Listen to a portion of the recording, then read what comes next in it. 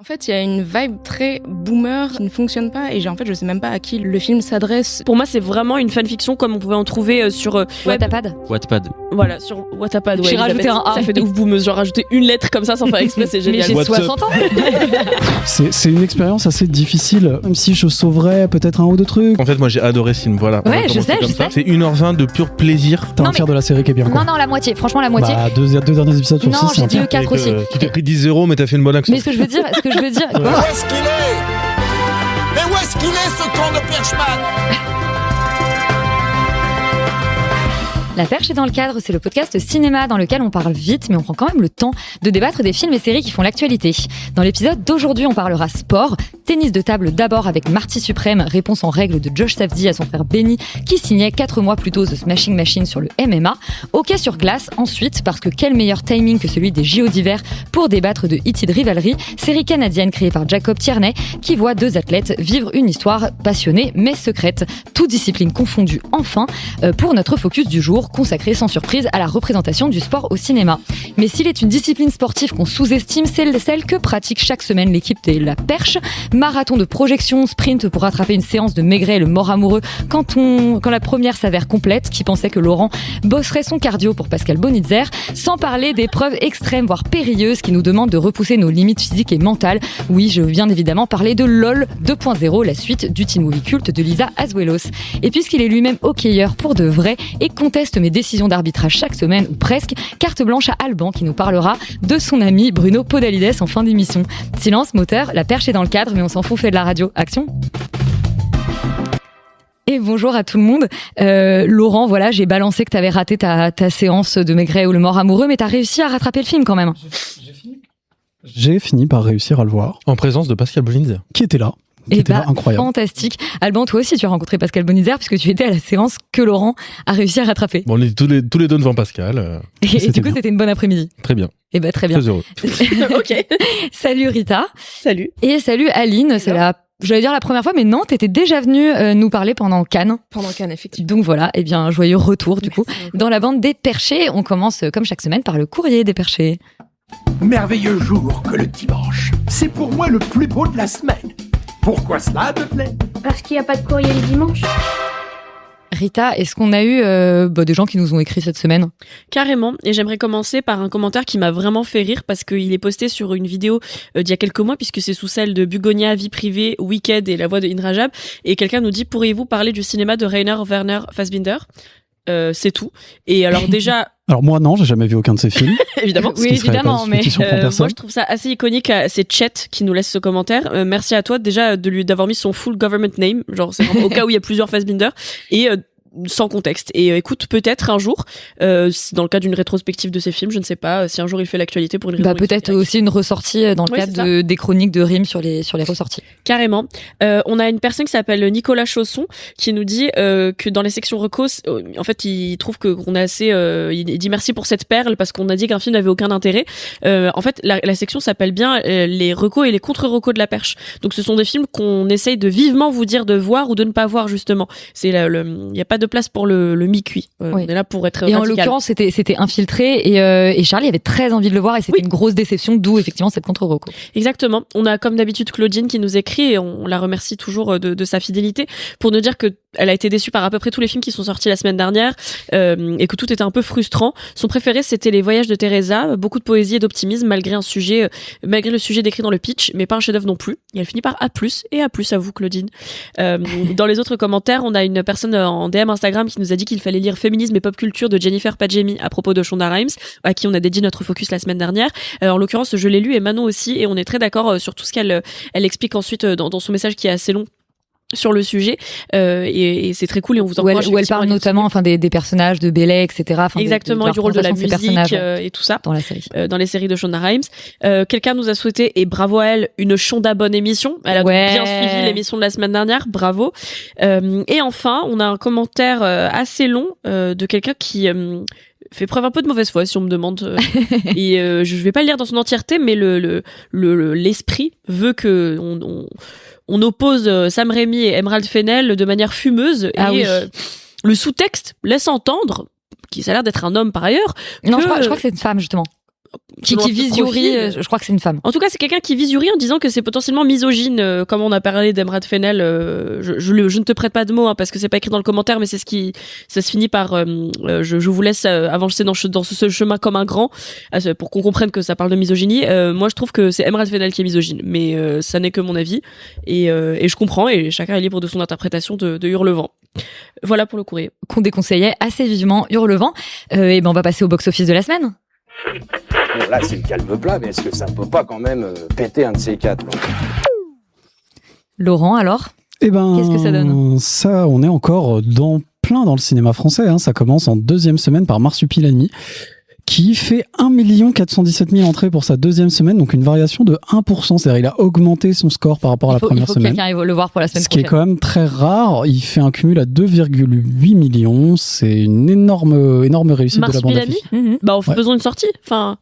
Faisons une sortie. Faire un vlog et tout, on y va. Ouais, on y va tous. Ah oui, on pourrait essayer de faire ça. Ça pourrait Est-ce que vous voulez un vlog de Laurent ? Si oui, dites-le dans les commentaires. Dites Marsupi Laurent.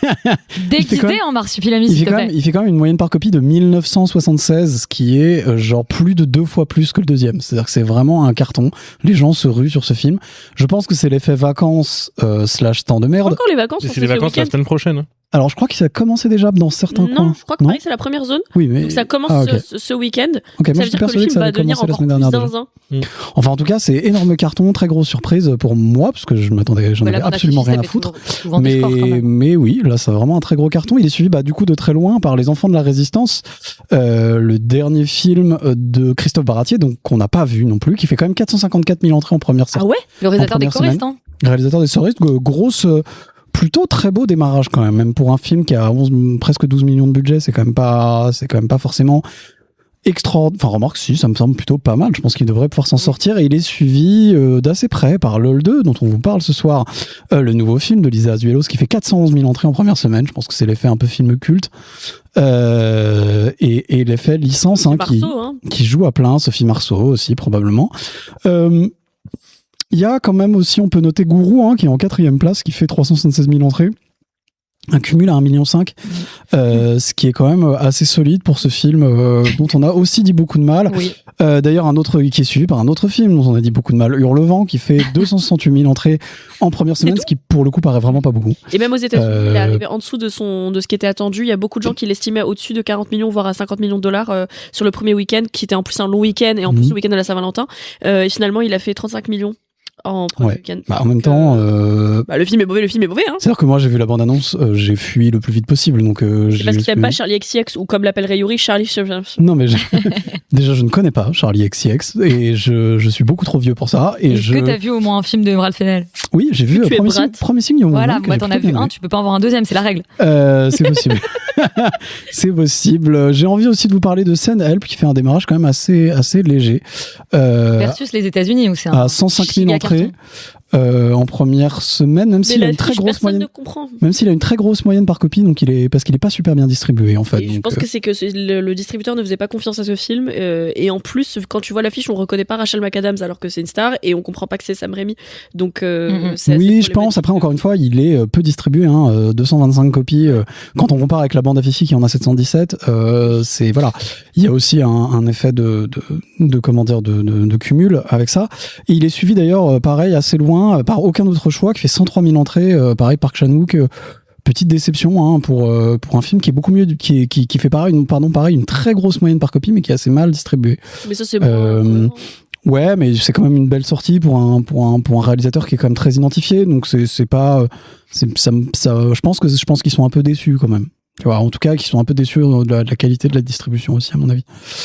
Et voilà pour moi. Eh ben merci, et j'en profite pour dire qu'il y a Antoine qui nous a rejoint. Tu nous parleras d'animation dans le Focus. Je suis un peu en retard, j'ai fait un biathlon pour venir. J'ai eu du mal sur le tir, c'est pour ça. T'as pas eu de mal sur le ski ? Tu racontes Parce que le ski en plein Paris, c'est plus difficile. Mais tu vas abîmer tes skis. On va arrêter cette vanne tout de suite. Je sais pas où on va. On en lance tout de suite la bande-annonce de Marty Suprême. Non, alors moi j'ai le 2, donc. J'ai mis le 2 en premier ? Ah bah pardon.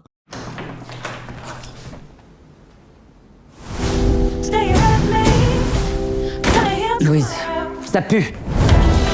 C'est sûr que moi, ça m'amuse de revenir vivre chez ma mère. Comme ta sœur, là, il y a 15 ans. J'ai encore le droit de me sentir chez moi, ici, ou plus du tout ? Welcome back.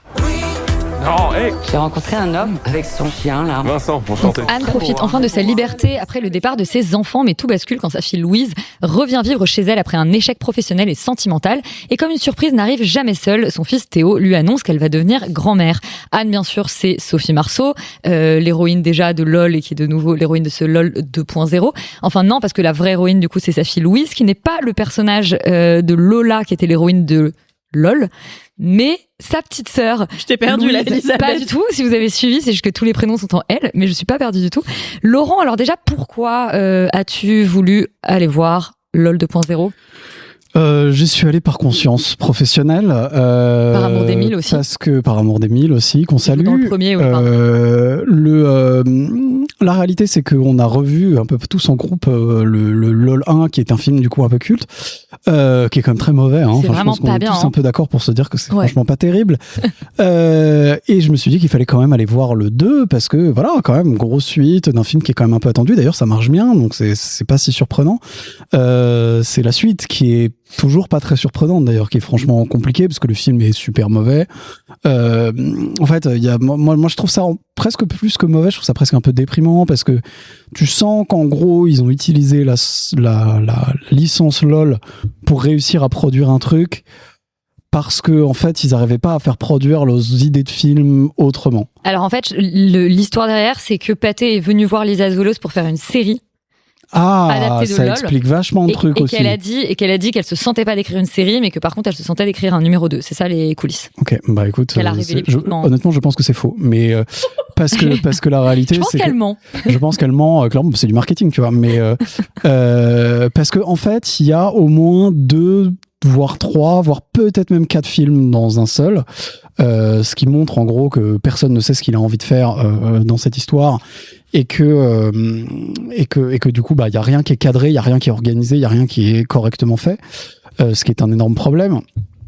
En fait, on s'intéresse à la fois à la vie de Sophie Marceau, qui est une future grand-mère célibataire, et c'est probablement l'élément le plus intéressant du film, c'est-à-dire montrer comment ce passage de mère célibataire à grand-mère peut éventuellement poser des problèmes aux gens, et comment est-ce que ça leur change leur perception d'eux-mêmes et la manière dont ils vont vivre, etc. Je trouve que c'est un sujet qui est assez intéressant, qui est pas forcément très traité.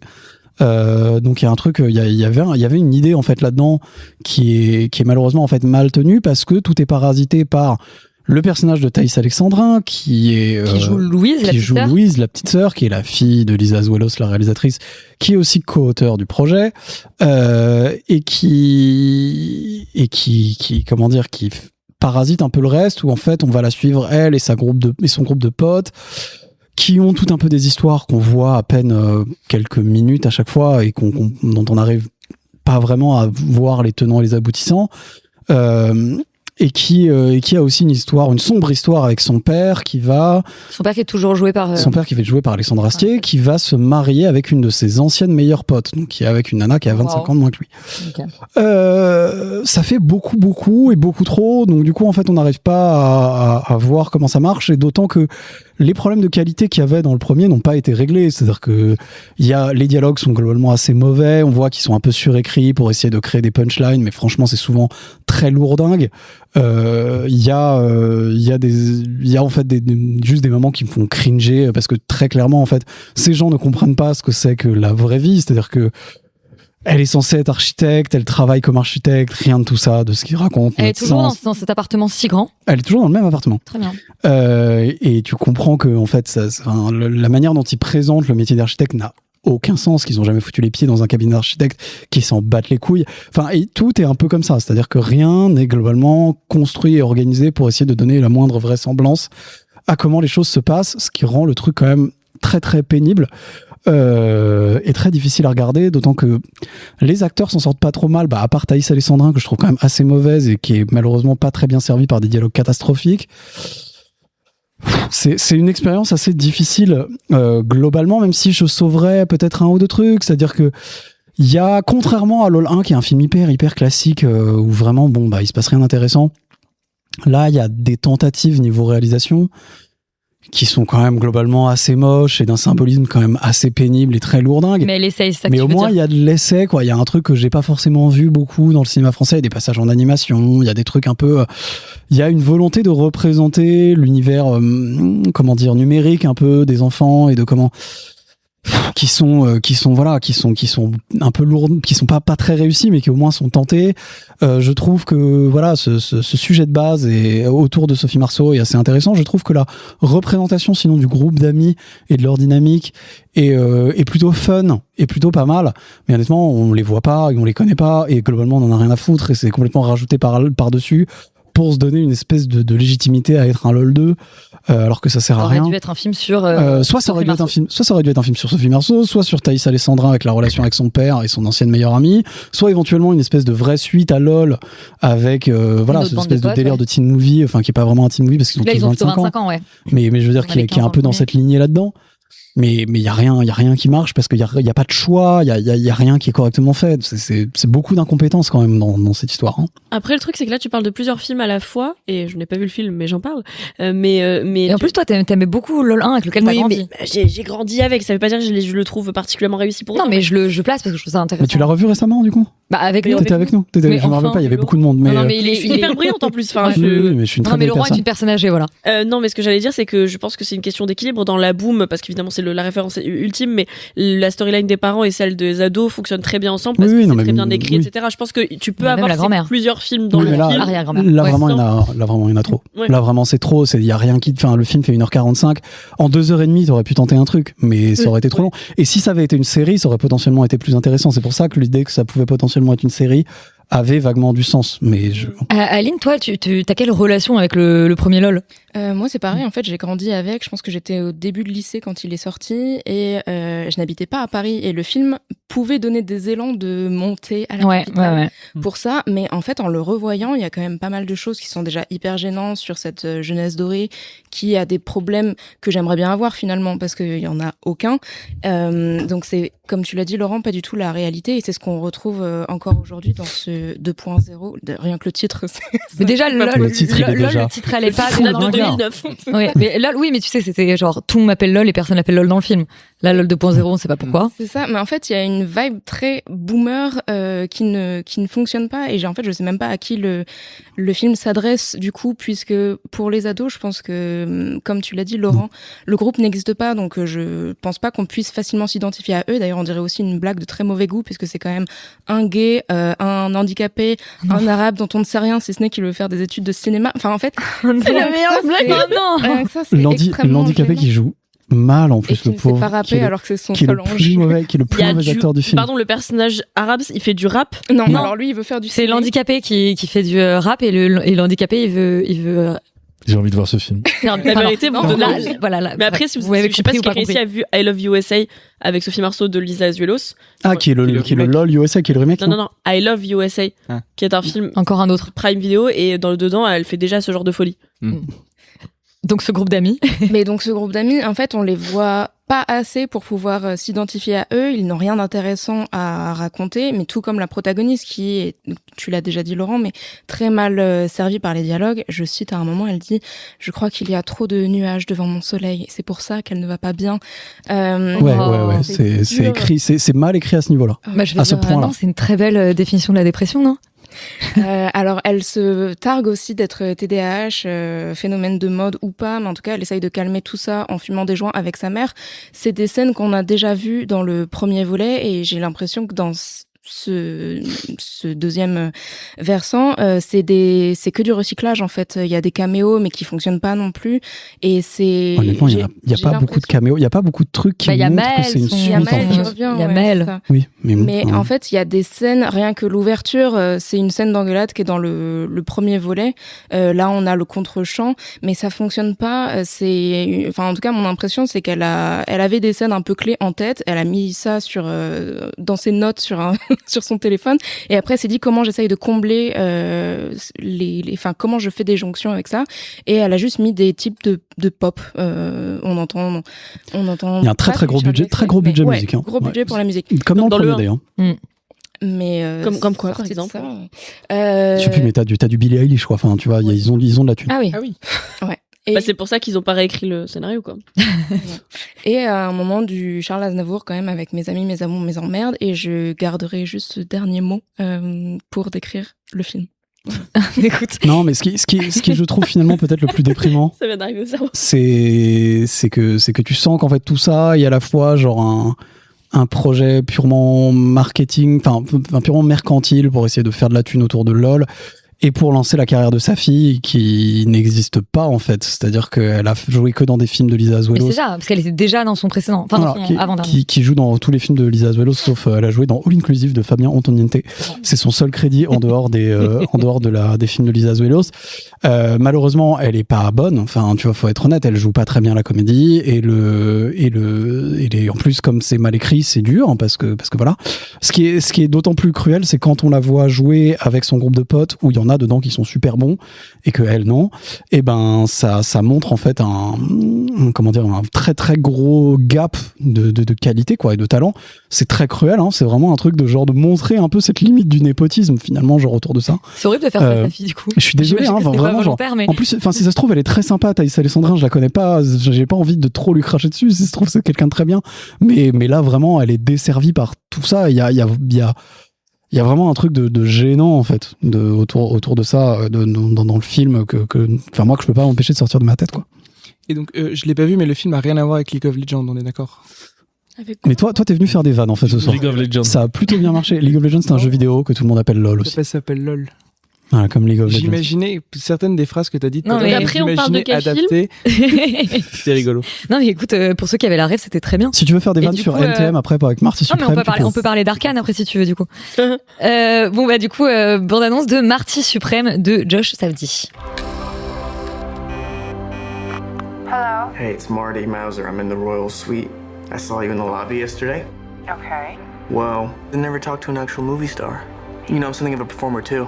Are you? Timothée Chalamet incarne Marty Moser, un jeune homme à l'ambition démesurée qui est prêt à tout pour réaliser son rêve et prouver au monde entier que rien ne lui est impossible. Évidemment, il a surtout une ambition de devenir le plus grand joueur de ping-pong. Rita, est-ce que tu sais jouer au tennis de table ? Non, je ne sais pas jouer au jeu qui implique une raquette. Très bien. Voilà, je m'arrêterai là-dessus. Mais je vais pas tous les détailler, il y en a beaucoup trop. Bon, ok. Padel, tennis, badminton, je m'arrête. En fait, ce film, et je pense que je vais être une des seules à un peu le défendre, ou en tout cas à vraiment avoir passé un moment assez intéressant, en tout cas assez pour avoir envie d'y retourner. Et je pense qu'il y a plein de choses dans ce film, et je vais rentrer un peu plus dans le détail, mais qui en font une espèce de dédale où c'est très facile de ne pas rentrer dedans, mais si une fois que tu es dedans, c'est un dédale très plaisant à parcourir, malgré le fait que c'est un film qui est basé sur le stress, sur la tension. C'est le premier film d'un des frères Safdie que je vois, j'en ai vu aucun autre avant. Ensemble, c'est le premier film en solo de Josh, effectivement. Exactement, mais avant ça, ils ont fait tout plein de choses, notamment Uncut Gems, qui est un peu leur magnum opus. C'est la deuxième fois que je fais cette bêtise. Ouais, aussi. Comment Good Time, mais je crois que le Uncut Gems c'était celui qui les a fait un peu percer dans le grand public général avec avant Adam ils étaient Sandler. très indépendants effectivement. Voilà, et en fait on retrouve un peu ce que j'ai compris de leur univers avant même d'avoir vu leur film, de ce qu'on m'en avait décrit. C'est un film sur un jeune protagoniste zinzin, pour plein de raisons, qui essaye de s'en sortir, et c'est même pas qui essaye de s'en sortir, mais qui essaye de convaincre le monde entier d'une chose dont il est convaincu lui-même, c'est que c'est le meilleur. Et le meilleur à quoi ? Alors clairement c'est le ping-pong qui est énoncé au début, mais plus le film avance, plus il s'imagine comme une forme de prophète, et même au sens religieux du terme, j'ai l'impression. Et il y a quelque chose dans tous les rôles de Timothée Chalamet depuis Dune. C'est un peu ça, et à la fois moi je suis toujours pas fatiguée de Chalamet pour l'instant, ce qui je trouve est assez prodigieux dans la mesure où c'est quelqu'un qui est beaucoup partout sur la scène médiatique, qui fait des projets qui sont centrés essentiellement sur lui, chacun de ses films depuis Willy Wonka je dirais c'est le Timothée Chalamet show, et pour autant en même temps, c'est tous des cartons au box-office. C'est tous des cartons, c'est pour moi la seule star aujourd'hui de sa génération, et pour moi c'est un acteur de malade. Enfin, je ne peux pas adhérer à Marty Supreme si je n'adhère pas à Timothée Chalamet, je pense. Et dans ce rôle de connard, de nul, de méchant, de mesquin, de lâche aussi. De lâche. C'est vraiment, en plus moi j'ai extrêmement de mal avec les personnages masculins d'anti-héros un peu lâches comme ça, parce que j'arrive pas à voir la vision et j'arrive pas à adhérer au projet, et pour autant là j'en suis pas à vouloir que ce personnage réussisse sa vie, parce que c'est quand même un fou furieux, mais j'adore le suivre pendant ces 2h30 quand même. à travers ce dédale. C'est un film qui lie ce destin de Marty presque au destin du peuple juif d'une certaine manière. Et lui, il s'imagine comme ça, il essaye de monter en épingle sa vie à lui et de faire un lien avec quand les juifs se sont fait virer d'Égypte globalement. Enfin, c'est un truc complètement fou et vertigineux. Et à la fois, c'est très bien traité dans l'expérience de l'immigration de manière globale et plus particulièrement l'immigration européenne du tournant du siècle et puis du début du 20e à New York, où on voit les bâtiments qui s'appellent les tenements, en fait, où ils habitent les uns sur les autres, où on sent que c'est pas totalement légal / sain. Enfin vraiment, c'est un personnage qui aime pas son passé, qui dès qu'on lui demande de raconter son origin story, un peu comme quand il jouait Bob Dylan. D'ailleurs, je trouve qu'il y a beaucoup de liens entre ces deux films d'une certaine manière, où là aussi il ment sur son passé, il ment sur l'expérience de vie qu'il a. Enfin, c'est un menteur pathologique à ce stade. Mais voilà, c'est un personnage qui est toujours sur la ligne, très souvent en dehors, qui dépasse les limites tout le temps, qui se met en danger, qui met en danger ses proches. Et malgré les effets de scénario qui sont assez visibles, enfin mettre une femme enceinte jusqu'au cou, mettre des limites de temps hyper précises tout le temps pour qu'on soit tout le temps en tension, mettre des flingues à certains moments, ça marche quand même sur moi. Et il y a un casting exceptionnel en fait. Beaucoup d'acteurs non professionnels, des gueules de cinéma, des gens qu'on n'a pas vus ou qu'on voit pas dans des rôles de cinéma, genre Tyler, the Creator, le musicien et rappeur, qui est là dans un rôle hyper intéressant, je trouve, de chauffeur de taxi, le réalisateur Abel Ferrara, randomly, qui est là, Kevin O'Leary, qui est un businessman canadien odieux, qui joue le mari de Gwyneth Paltrow et qui dans la vraie vie est un mec odieux et joue trop bien son rôle. Je pense que c'est un rôle de composition. Gwyneth Paltrow elle-même, ça fait 6-7 ans qu'on l'a pas vue au cinéma, elle est superbe et elle joue un rôle d'une femme qui revient au cinéma aussi, enfin en tout cas à l'acting. Enfin vraiment je trouve j'ai adoré me perdre dans cette galaxie là et être en tension en fait en permanence avec ce film. Alban? Et ben moi c'était pas vraiment le cas et en fait je suis quand même d'accord avec Rita sur pas mal de choses que t'as dites. Simplement moi pour commencer en fait même si on voit Chalamet de partout, je suis pas du tout anti Chalamet, je trouve que il arrive toujours à me choper et j'aime bien ce gars en fait, donc je partais pas non plus complètement tu vois en haine face au marketing qui est autour du film, etc. Ensuite, moi, le problème que j'ai avec ce film-là, c'est que je le sens pas battre son pouls. Je trouve que le film a tout pour être virtuose. La mise en scène est bien, ce que t'as dit sur effectivement tout l'aspect historique du film, sur la manière dont on vivait à New York, la communauté juive vivait à New York à ce moment-là. Je trouve que, en fait, ça fonctionne les 30 premières minutes du film. Je trouve que pendant les 30 premières minutes du film, il y a une vraie énergie, une sorte de vrai souffle qui est insufflé dans ce film-là. Et après, entre le moment où il perd sa première finale et le moment où on va à la compétition au Japon à la fin, on a 1h45 de film qui, pour moi, est laborieuse. Elle est laborieuse à la fois parce qu'elle montre quelqu'un qui galère en fait dans New York, qui galère à trouver des sous, qui galère avec sa propre existence, avec sa chérie ou la fille avec qui l'a mis enceinte, etc. Mais je trouve que c'est compliqué en fait. On sait pas vraiment qui c'est cette. Ah bah c'est en fait tout ce qui touche à avant la minute 1 du film, il veut pas qu'on sache. Mais je trouve que c'est ouf parce qu'effectivement on sait pas si il la connaît depuis qu'il a 8 ans, ça il le dit, mais on sait pas si c'était sa voisine. C'est sa voisine, il a grandi avec, c'est une espèce de sœur / meuf, enfin c'est flou quoi, mais c'est chelou. Et voilà, moi je trouve que le problème, le film manque vraiment de chair quoi, et j'arrive pas à ressentir aucune émotion, j'arrive à ressentir aucune émotion, c'est-à-dire que pendant 2h30, à part dans de rares moments, effectivement la scène où il se fait taper sur les fesses juste avant de partir, qui est une scène vraiment affreuse, et je trouve que là Geoff Xavier arrive vraiment à me choper. D'autres scènes avec Gwyneth Paltrow qui je trouve est le plus beau personnage de ce film là, avec une actrice. Non mais cette scène, tu l'as vu le film? C'est juste hors contexte. Mais hors contexte, moi mon truc zinzin quand il tombe de la baignoire, j'en dirais pas plus. Oui, tu vois, c'est le genre de moment où t'es là, mais qu'est-ce qui se passe? En contexte, moi j'ai compris qu'il y avait un mec qui se faisait taper sur les fesses, du coup j'ai envie de regarder. Et qu'Alban c'était son moment préféré du film. C'est pas mon moment préféré, c'est le moment où j'ai ressenti quelque chose. Parce qu'il y a une forme d'humiliation qui est bien travaillée. Et en même temps d'accueil de l'humiliation de la part de Timothée Chalamet qui fait quand même une belle performance dans cette scène là. Je trouve qu'il en fait un peu trop pendant le reste du film. En fait, tout est constitué pour que Timothée Chalamet ait un Oscar et Josh Hardy soit un immense cinéaste. Je trouve qu'en fait, ils en font un petit peu trop. Je trouve qu'il y a des personnages, enfin, ce que je disais avant que vous me coupiez sur... Pardon. No offense, hein. No offense. Gwyneth Paltrow, effectivement, je trouve que c'est le plus beau personnage de ce film. Pourquoi? Parce qu'en fait, on lui donne en fait une backstory comparée à tous les autres personnages. On sait d'où elle vient et on sait où est-ce qu'elle essaye de revenir. On voit qu'elle y arrive pas trop et je trouve que c'est vraiment beau, en fait, la trajectoire de ce personnage-là. Je trouve que j'ai pas raconté la fin, mais en fait, vers la fin du film, on a l'impression d'une sorte de voyage initiatique un petit peu qui s'achève pour le personnage de Timothée Chalamet. Et en fait, on a tellement rien ressenti pour lui tout le long du film que en fait ça tombe un peu comme un cheveu sur la soupe. Moi, les seuls moments où ça m'a chopé, à part ceux que je viens de citer, c'est les moments de tennis de table en fait, quand ils jouent un match. Je trouve que les scènes sont super. Les scènes de sport, les scènes de sport sont vraiment géniales.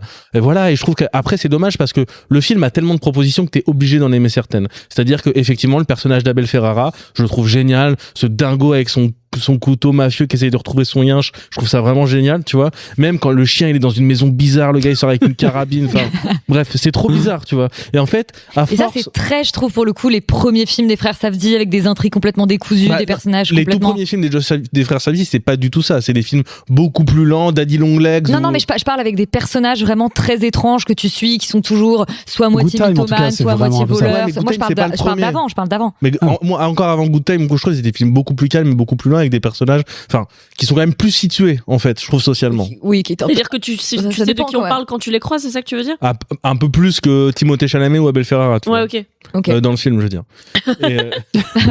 Non, mais c'est quand Abel même Ferrara, il me fait de... trop rire en termes genre qu'il soit là, juste c'est trop drôle. Oui, et en fait, le truc c'est que j'aurais aimé qu'il s'attarde sur à l'inverse de faire 1000 propositions en une minute, j'aimerais qu'il s'attarde un petit peu plus sur des personnages, un petit peu plus sur des scènes, un petit peu plus sur des relations entre les personnages pour m'apprendre à les aimer en fait et à apprécier leur trajectoire. Là, je trouve que tout est trop rapide, tout essaye trop d'être virtuose pour essayer de choper la moindre émotion. Même si encore une fois, c'est pas une critique féroce que je fais envers le film, je pense que c'est important d'aller le voir et je pense que c'est bien à la fois pour le cinéma de Josh Safdie parce qu'on sait qu'il va faire des choses géniales après, pour la carrière de Timothée Chalamet, etc. Je trouve juste que il est pas à la hauteur de ce qu'il promet être.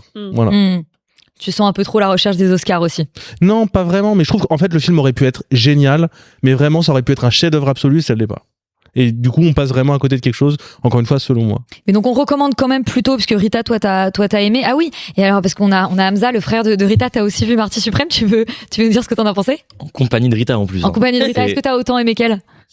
En tout cas, il m'a permis d'avoir un truc super intéressant, c'est de connaître la définition de ce que c'est qu'un anti-héros. Parce que, en fait, Rita a prononcé ce mot, et puis je me suis dit que j'avais une définition vague, et puis après, je suis allé me renseigner.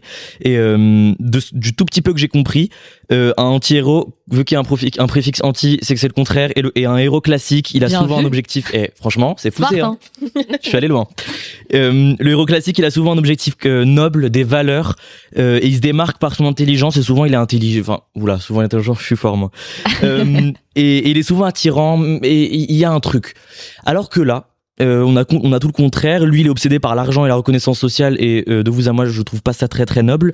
Et il est pas montré comme moi, je suis plus tranquille avec ça, perso. Et il est pas non plus montré comme fort ni particulièrement attirant, même si bon, entre nous, c'est difficile de pas trouver Timothée Chalamet attirant. On peut peut-être lui laisser l'intelligence sociale. Il sait comment convaincre la bonne personne avec le bon regard et la bonne phrase dramatique, ce qui serait recevable si ça lui a apporté autre chose que des problèmes et du sexe. Tout ça fait que le spectateur non averti que je suis ne sait plus trop qui soutenir, parce que moi, la vérité, je sais pas trop ce que je fais là. Je suis pas un grand fan de cinéma. Enfin, j'adore le cinéma, mais en fait, j'ai pas une culture suffisante pour venir comparer Non, mais t'inquiète pas, moi non plus. Un film récent. Sens-toi à l'aise, il y a que des escrocs autour de cette table. Avec les débuts qu'a fait le réal dans une chambre obscure au Japon, non, la vérité, je regarde les films comme un peu tout le monde. Et donc, moi, en tant que spectateur non averti, j'ai tendance à essayer de chercher le gentil et à chercher le méchant et à suivre le gentil et à être content quand il est content et pas content quand il l'est. Sauf que là, je cherchais justement qui était le gentil. Dès le début, je me suis dit, lui, je l'aime pas trop. Et je cherchais le gentil et je ne l'ai pas trouvé. Et c'était très frustrant. Mais non, mais c'est très bien ce que tu dis. Et je suis très content du coup d'avoir pris du recul dessus et d'avoir commencé à regarder ce film comme on regarde un tableau obscur de la Seconde Guerre mondiale, quoi. C'est que vraiment on regarde ça de loin et on essaye de regarder ce qui se passe sans personnage principal et de juste regarder le désastre se commettre. Non, mais c'était la perche 2.0. Non, mais ce qui est intéressant, c'est que en effet, c'est très rare de voir mettre en scène des anti-héros, en réalité, vraiment des vrais anti-héros au cinéma. Et là, me semble-t-il, c'est le cas. Donc moi, je pense que je vais le voir demain. Donc, mais tu vas voir que tu nous diras le plan. Bah oui, tu diras si t'es d'accord avec Hamza. Si j'ai trouvé, si je suis d'accord ou pas. Mais je pense que les auditeurs sauront pas, et c'est bien de garder un peu de mystère. Mais tu vas y prendre goût aux anti-héros, et après tu verras, tu n'aimeras plus que les personnages médiocres, lâches et tout, ce qui est un autre problème. Mais bon, on va parler justement là des films de sport au sens large. C'est notre focus. Ce film a confondu mon histoire et celle de ma sœur Colette, qui a effectivement épousé Monsieur McBurett.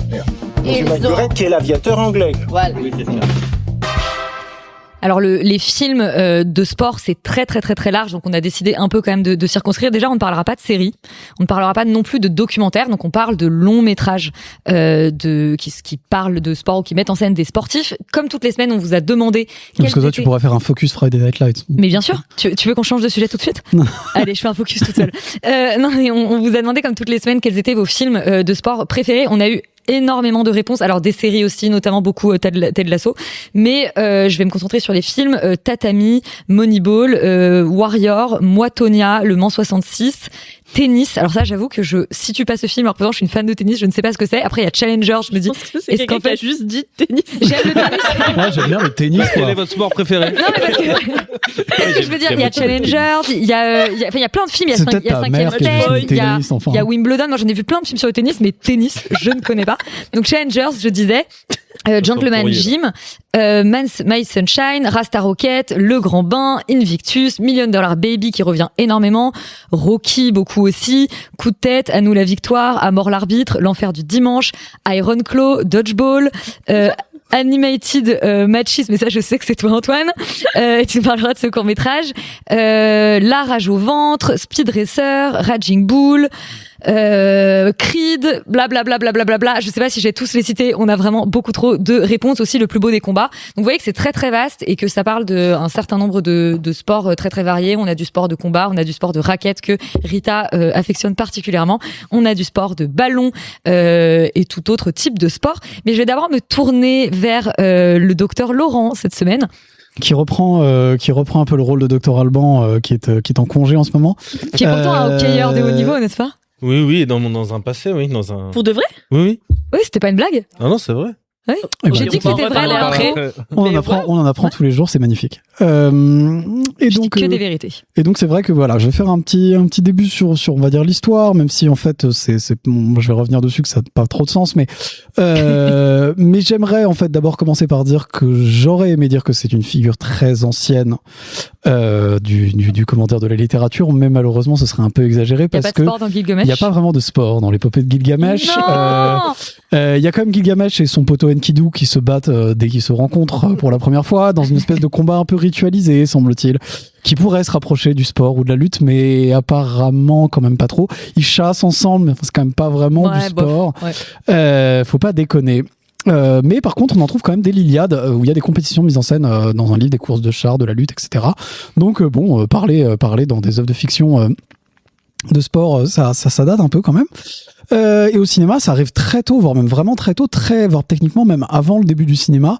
Le premier film de sport... Au cinéma, ça arrive avant le début du cinéma. Eh ben, tu vas comprendre pourquoi. Le premier film de sport qui a été réalisé en 1894 avec la caméra kinétographe d'Edison, qui donc avant les projections des Frères Lumière. Ça s'appelle Corbett and Courtney Before the Kinetograph. Donc Corbett et Courtney devant le kinétographe. En français, il ne reste que 40 secondes en fait du film, et c'est donc un match de boxe qui est organisé dans un studio exprès pour être filmé. Donc bon, on n'est quand même pas complètement dans du cinéma, mais enfin c'est quand même très ancien. Et après, assez vite, c'est quand même la foire à la saucisse. Il y a vraiment des tas et des tas de films de sport qui vont exister. Alors au début, surtout boxe, baseball, course automobile, un peu foot aussi, mais c'est plutôt ces sports-là qui tiennent la dragée haute.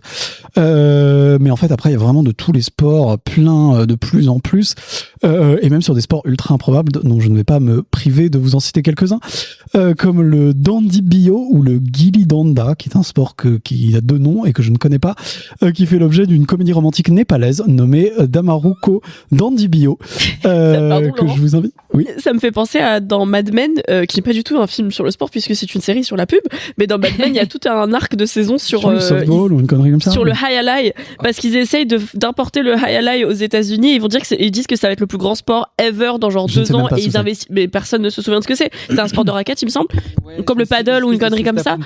Et juste pendant pendant une demi-saison, ils sont fans et ils sont en mode on va faire de la com, ils investissent des millions et il y a un gars qui perd tout parce qu'il pense que ça va devenir un grand sport et en fait non. Ça fait penser à tout et ben écoute, peut-être qu'il aurait dû sporter le dandy bio. On peut penser aussi, on parle aussi du kabaddi, il y a pas mal de sports de kabaddi, ce sport indien qui est assez étrange, qui ressemble un peu au jeu de chat où il faut toucher des gens. Il y a aussi des jeux sur les compétitions de chats, où il y a des gens qui jouent de chat de manière compétitive. On fait une liste de sports. Ouais. Non, il y a des films filmés. Okay. Il y a des films qui ont été faits là-dessus. Des films qui ont été faits sur le Sireum. Ça commence par 2 S, donc c'est assez compliqué. C'est une forme de lutte traditionnelle coréenne. Un film sur la course d'avion en papier. Il y a même un film sur le speed. Laurent, je comprends plus là de quoi on parle. Il y a des films qui ont été faits sur tous ces sports. Mais quand? Alors je vais pas tous solliciter, j'en sais rien. Il y a des films qui ont été faits sur tous. Il y a un film qui s'appelle Paper Planes. Il y a un film qui s'appelle Paper Planes sur un mec en Australie qui veut participer à un concours de course d'avion en papier au Japon. Ça existe, je crois que c'est un film de 2015. Évidemment, c'est au Japon, mais à quel moment c'est un sport? C'est un sport. C'est un sport, il y a des mecs qui font des courses d'avion en papier. La Japan de la F1. Oh non, alors c'est comme de la F1 avec c'est excessivement physique, la F1 commence pas. Il faut lancer le truc. Le lancer de fléchette, c'est pas hyper physique, mais bon, c'est du sport quand même. Oui. Il y a même un film qui a été fait en France sur le speed typing, c'est-à-dire taper très vite à la machine. Ça s'appelle Populaire et c'est de Régis Pansard. Avec Romain Duris. Toute ma vie, je vais m'en rappeler de cette énumération. C'est pas possible. Donc voilà, je vis pour ces moments. Il y a en tout cas voilà pas mal de sports très improbables. C'était un peu une petite parenthèse. Mais moi, j'ai très envie de rattraper ça. Toujours est-il que voilà, en fait, il y en a plein. Il y en a des milliers de toutes sortes, de toutes nationalités, de toute espèce et de toute forme. Et c'est un peu la même réflexion qu'on peut se faire à chaque fois. C'est-à-dire que mais là, c'est vraiment particulièrement évident. C'est pas vraiment un genre de film parce qu'il y en a vraiment de toutes les manières. Il y a des comédies, des drames, des comédies romantiques, des films de guerre, des westerns, même des pornos. Il y en a plein de toutes sortes et vraiment de tout. Oui, les pornos sur les cheerleaders, hein, évidemment. Oui. Et donc, bah oui, parce que c'est du sport. Hein, oui, c'est tout à fait du sport. Comme le dit ce documentaire sur cheerleaders, qui était vachement bien d'ailleurs. Qui était vachement bien, la série documentaire. Dont on a parlé, pas sur cette antenne. Enfin bref.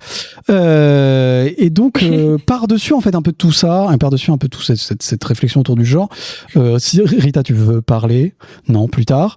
Et donc en fait, par-dessus un peu de tout ça, on peut regrouper un peu les films de sport dans ce que je dis. Enfin, je les regrouperai moi un peu dans 3 catégories qui vont un peu nous permettre de parler des différents ressorts un peu cinématographiques, narratifs en fait qu'on peut avoir dans les films de sport. Le premier, c'est les films d'équipe où en fait on va vivre la construction d'une équipe qui va se battre contre l'adversité, etc. Et qui vont se battre contre d'autres équipes et qui vont devoir souvent gagner. La deuxième, c'est un peu les films solo où il y a le film héros qui est tout seul contre tous, qui va lutter dans l'adversité, un peu comme Mars Suprême, hein, là très clairement, enfin ce que je comprends en tout cas du film. Rocky. Et Rocky. Et le troisième, c'est un peu les films qui vont insister sur les duels. Où c'est quand même vraiment la figure du duel qui est vraiment important. Bon, il y a eu Björn McEnroe qui avait été fait, le Mans 66, le 7e saut, hein, d'Ingmar Bergman, pourquoi pas, et plein de films qui insistent un peu là-dessus et qui jouent tous sur des typologies de ressorts émotionnels qui sont un peu différents. Voilà. Rita?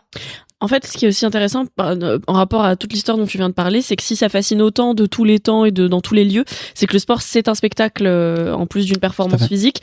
Et en fait, ça devient nécessairement un sujet d'intérêt dans l'art du spectacle qu'est le cinéma. Et c'est aussi un vecteur narratif plutôt très simple, comme tu le disais, parce que tout de suite, il est question en fait, on va très vite parler de dépassement de soi, qu'il soit physique, mais souvent aussi beaucoup mental. En fait, le rôle du mental dans le sport. On va identifier les règles qui sont très simples pour le sport. Et d'ailleurs, je trouve, étant une personne qui est très néophyte dans tous les sports, que les mauvais films de sport sont ceux où on ne comprend rien aux règles si on ne connaît pas le sport initialement. Je suis pas forcément d'accord parce que il y a des séries de 5 saisons où tu comprends pas les règles et c'est bien quand même. Comme quoi? Friday Night Lights. Friday Night Lights. Sur le football américain. Et c'est vrai qu'on comprend pas. Alors, le football américain, c'est à part. Si je peux me permettre, il y a des films de sport, parce que j'en ai pas cité, mais il y a des films de sport qui n'existent pas. Bien sûr. Oui, mais ce que je veux dire, c'est que si dès le début, tu comprends, à moins que ça fasse partie du ressort comique, généralement, de pas comprendre, genre, la Jean-Guil, qui est pas un sport, mais quand il y a une blague entre le public et le film sur le fait qu'on comprend pas ce qui se passe, ok, mais parfois, et je reprochais presque ça à Challengers, alors que j'ai beaucoup aimé le film, je comprenais pas grand chose au sport, mais je pouvais être porté par le tennis, je pouvais être porté par comment est-ce qu'il était expliqué dans le film, mais de fait je comprenais, il y a des moments dans le film où je comprenais pas bien qui gagnait et qui perdait. À cause du comptage de points, la manière dont on compte les points. Oui, et de juste le tennis c'est bizarre, mais en fait c'est un sport d'anglais, c'est normal. C'est très vrai. Mais c'est vrai que quand tu regardes un film et que tu comprends pas tout de suite les enjeux, c'est problématique. Et dans les films de sport, ils ont un double enjeu lié au fait qu'il faut comprendre les règles du jeu ou du sport qui est présenté. Et en fait, in fine, pour une course, tout le monde sait que celui qui va aller le plus vite va gagner. Dans la boxe, il suffit que le mec il pète la gueule à l'autre, il a gagné. Voilà. Dans les sports de ballon, on comprend qu'il y a un nombre de buts qui doit être marqué. Enfin, c'est assez ludique en fait comme manière de comprendre le jeu. Non, mais j'allais dire qu'en plus, juste pour aller dans ton sens, c'est là qu'on se rend compte qu'il y a des sports qui sont plus cinématographiques que d'autres. Complètement. Et typiquement, moi, je suis une immense fan de tennis, mais je suis d'accord qu'il y a toujours un truc où, en fait, c'est compliqué, la manière dont on compte les points, etc. Il y a un truc qui est pas toujours clair, alors que typiquement, la boxe, avec le découpage en round, etc. Ouais. Il y a un truc très, très clair, tout de suite visuel, où on n'a pas besoin de nous expliquer pour vraiment être impacté. L'année dernière, Tatami, qui était un film sur le judo, on comprenait très bien, même quand on comprenait pas les règles du judo précises, parce que tu vois quand quelqu'un est mis en échec, en fait, par une personne en face, alors que donc dans les sports de combat ça se fait, dans les sports de ballon ça se fait, c'est plutôt les sports en duel effectivement comme tu le disais Laurent qui peuvent parfois être problématiques quand on n'est pas bien sûr, parce que typiquement là dans Marty Supreme on comprend à peu près parce que il y a on sait combien de points sont en train d'être marqués, mais on sait pas au début combien il y a de rounds, sur combien de sets, combien de points il faut marquer pour que ça se finisse. Pour autant, je trouvais que c'était vachement clair en fait. In fine, je comprenais bien qu'à 21 points avec ça c'était fini. Alban. Non mais je prendrai la suite, vas-y. Et en fait, toujours sur cette idée de revenir sur tes trois grands axes, dans le héros qui est seul, il y a un peu la pratique de fabrication d'un personnage qui part de rien pour aller pour devenir le meilleur, ou à l'inverse dans un truc Rise and Fall assez classique, accompagner quelqu'un vers le très haut, l'emmener vers le très bas, prendre quelqu'un qui est au plus haut de sa carrière et le faire dégringoler. En fait, il y a tout ça, c'est des choses des mécanismes de scénario qui existent pour tout en vérité, mais qui sont très applicables au sport, justement parce que c'est très codifié et qu'il y a une manière de compter. En fait, tu peux pas comptabiliser les émotions de quelqu'un, tu peux pas matériellement montrer à l'écran quand un héros est au maximum de la fierté ou au plus bas, alors que dans le sport, tu peux vraiment écrire. Il est à 10 points sur 10, donc globalement il est au max. Alban ? Ouais, je suis d'accord, et je pense qu'en fait, il y a quand même une vraie différence entre les films sur les sports collectifs et les films sur les sports individuels, où vraiment le sport individuel fait vraiment appel à des émotions, ou même des pulsions très primaires, enfin primitives, avec cette idée quand même de vengeance, de suivre la trajectoire d'un personnage, et en même temps soit de son ascension sociale, soit de son ascension dans son milieu, ou de son sport, et les films collectifs qui font appel quand même plus à des notions d'amitié, où on serre les coudes, vraiment, on va essayer de construire quelque chose ensemble, qui n'est pas, enfin, même s'il y a toujours un petit peu de vengeance, enfin on veut gagner l'équipe en face, etc. Ça fait appel quand même à d'autres émotions peut-être un peu plus construites que dans les films comme Marty Supreme par exemple. Qui sont en fait, je trouve, très humaines, très profondes, c'est-à-dire l'idée d'être dans un groupe qui doit battre un autre groupe. Mais c'est comme les films de guerre. Pour moi, ça se rapproche beaucoup des films de guerre, je trouve. Bien sûr. Les totalement. films de guerre sur des jeunes du contingent, généralement des mecs qui sont appelés, qui sont très jeunes et qui doivent s'entraîner ensemble et qui doivent apprendre à dépasser les différences, laisser au vestiaire les émotions personnelles pour le bien commun, le collectif. Et je trouve que c'est effectivement, je suis très d'accord avec ce que tu dis. C'est un ressort très très classique et très commun à peu près toutes les sociétés humaines. C'est-à-dire la nécessité de créer des groupes qui vont s'entraider pour réussir à avoir des objectifs et potentiellement lutter contre d'autres groupes. C'est pour ça aussi que c'est aussi fort et qu'il y a un côté presque plus complexe, en effet, je suis d'accord avec toi, qu'un truc de mécanique plus classique. Oui, mais alors vous dites mécanique plus classique comme si à chaque fois dans les films sur un héros solitaire, le personnage gagnait à la fin, alors qu'il y a énormément de contre-exemples d'un personnage qui gagne en perdant. Alors Rocky étant le plus évident, mais Cars, $1 Million Baby, où pour le coup la fin est carrément vraiment assez atroce. Je vais pas la spoiler pour les gens qui l'auraient pas vu, mais il y a plein de films qui dévient de ça et où on va dire le dessin et l'accomplissement du personnage peut passer par la défaite sportive, par exemple. Ou comme dans les biopics musicaux, ou dans les films sur la musique de manière générale, ça passe par l'abandon de soi dans des proportions où en fait est-ce que ça valait vraiment la peine, notamment sur les films sur les sports de combat et moi Tonya par exemple, elle rentre dans l'illégalité pour pouvoir réussir, donc c'est ça, la réussite à tout prix, jusqu'on est prêt à aller. Marty Supreme est un très bon exemple de ça, de aller dans des proportions inimaginables pour un truc. Et en plus là je trouve que c'est hyper intelligent d'avoir fait ça dans le ping-pong parce que c'est tellement ridicule, et le mot ping-pong à chaque fois il corrige en disant tennis de table machin. Ne dis pas ça, les frères Lebrun mais justement des gens très respectables. Ce que je veux dire c'est que c'est une quête de respectabilité, une quête de légitimité aussi, souvent par des personnages qui sont cabosés, qui viennent d'endroits de vie pas forcément faciles, qui essayent de s'émanciper par le sport. Ouais. En fait, imagine ce que ça donnerait dans la course d'avion en papier, quoi. Bah écoute, je te laisse écrire ce film, Laurent. Putain, non mais il existe. Franchement, Je t'aide, Laurent, on va faire un remake de ce film d'avion en papier qui est japonais, du coup. Non, qui est un film australien. Australien, je passe. Personne n'écoute ce que tu dis, en fait. Pardon, australien au Japon. Il y avait quand même le Japon dans l'équation. Les films de sport, c'est aussi alors on disait que c'était pas complètement un genre, mais en tout cas, c'est une proposition dans le sens un peu industriel, c'est-à-dire que c'est facilement des gros sports qui vont attirer beaucoup de monde, des gros noms. Alors je pensais typiquement à Invictus de Clint Eastwood sur le rugby, et évidemment lié à l'histoire de Nelson Mandela. Je dis pas de bêtises. L'émancipation de la Oui, d'accord. D'un coup, j'étais là, je me suis dit, est-ce que je dis une énorme connerie, mais pas du tout, parce que ce film commence à être lointain dans ma mémoire. Mais en tout cas, c'est effectivement un genre, là, on l'a vu assez récemment, typiquement avec F1, le film de Formule 1 avec Brad Pitt. Et Nelson Mandela. Et malheureusement pas Nelson Mandela dans le film. Enfin, tant mieux pour lui, je pense. Qui n'a jamais fait de F1 à ma connaissance. Vraiment, il est pas. Mais je ne sais pas tout sur lui. Peut-être qu'il a fait des avions en papier, ceci dit. Peut-être. On ne sait pas. Mais effectivement, en tout cas, c'est souvent des gros films, des gros blockbusters, ou alors à l'inverse, des petits films très indés. Je parlais de Rocky tout à l'heure. Rocky, c'est quasiment Sylvester Stallone tout seul, et ça le mène jusqu'à l'Oscar du meilleur scénario. Mais effectivement, il y a souvent l'envie de parler à énormément de gens et de se dire de la manière que le sport ça rassemble, et les films de sport rassemblent aussi, Laurent. Plus que de parler à énormément de gens, je pense que c'est aussi d'aller chercher des spectateurs qui vont pas forcément au cinéma. Oui.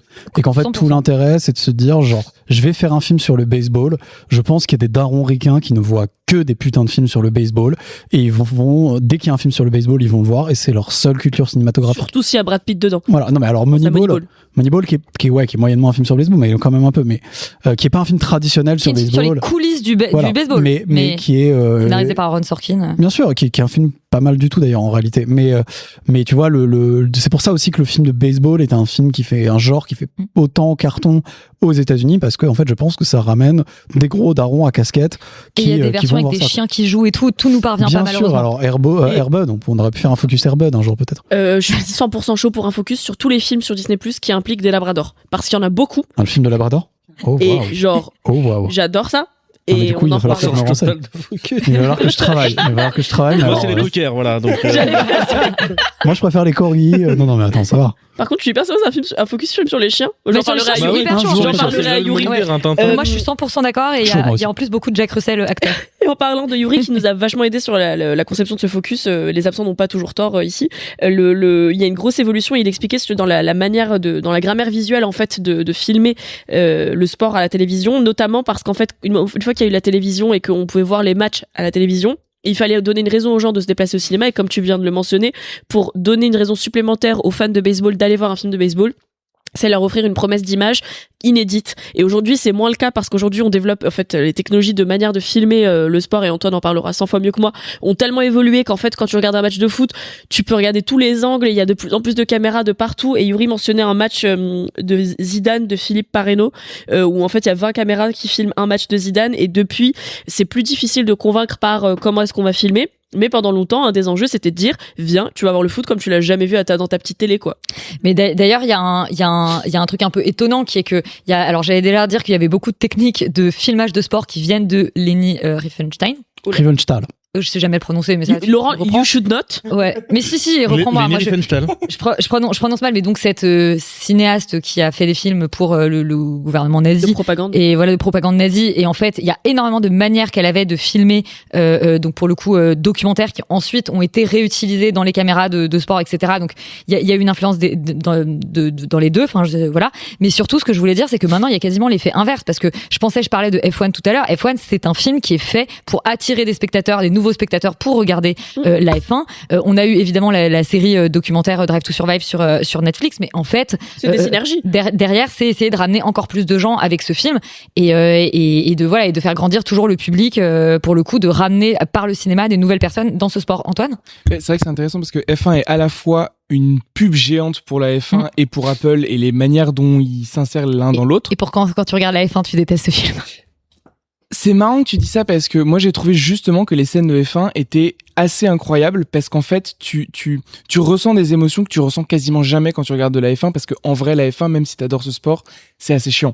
Genre c'est quand même un sport où t'es beaucoup dans l'attente, ou dans la suranalyse de ce que tu peux voir, mais t'es quand même beaucoup dans l'attente. Alors que la F1 te donne un peu ce truc de tout de suite te donner l'émotion. Que Formula One te permet déjà en documentaire et que effectivement tu veux dire d'être avec les pilotes alors qu'effectivement quand tu regardes la F1 t'es assez peu avec les pilotes. Moi je regarde pas la F1, j'ai pas trop aimé F1 parce que je trouve que c'est un film pas terrible, mais il y a des vraies scènes d'action où on est dans la F1. Je parlais plutôt de la représentation de l'univers, de la manière dont fonctionne qui est vraiment n'est pas crédible, mais absolument n'importe quoi. Mais ça en fait du coup c'est toujours un peu des critiques de nerd où tu vois non mais tu vois dans le sens où du coup ça ne va pas intéresser le grand public en fait. En termes de scénario et de personnages et de trajectoire, il y a tous les problèmes du monde, mais en termes de technique, et c'est aussi pour ça que le film en vrai est nommé à autant d'Oscars, je pense, c'est qu'en fait en termes de technique, c'est un film qui est assez bluffant dans la manière de faire, et je pense que justement un des points communs aussi du film de sport, c'est la technique que tu vas apporter à l'image, parce qu'en fait tu veux donner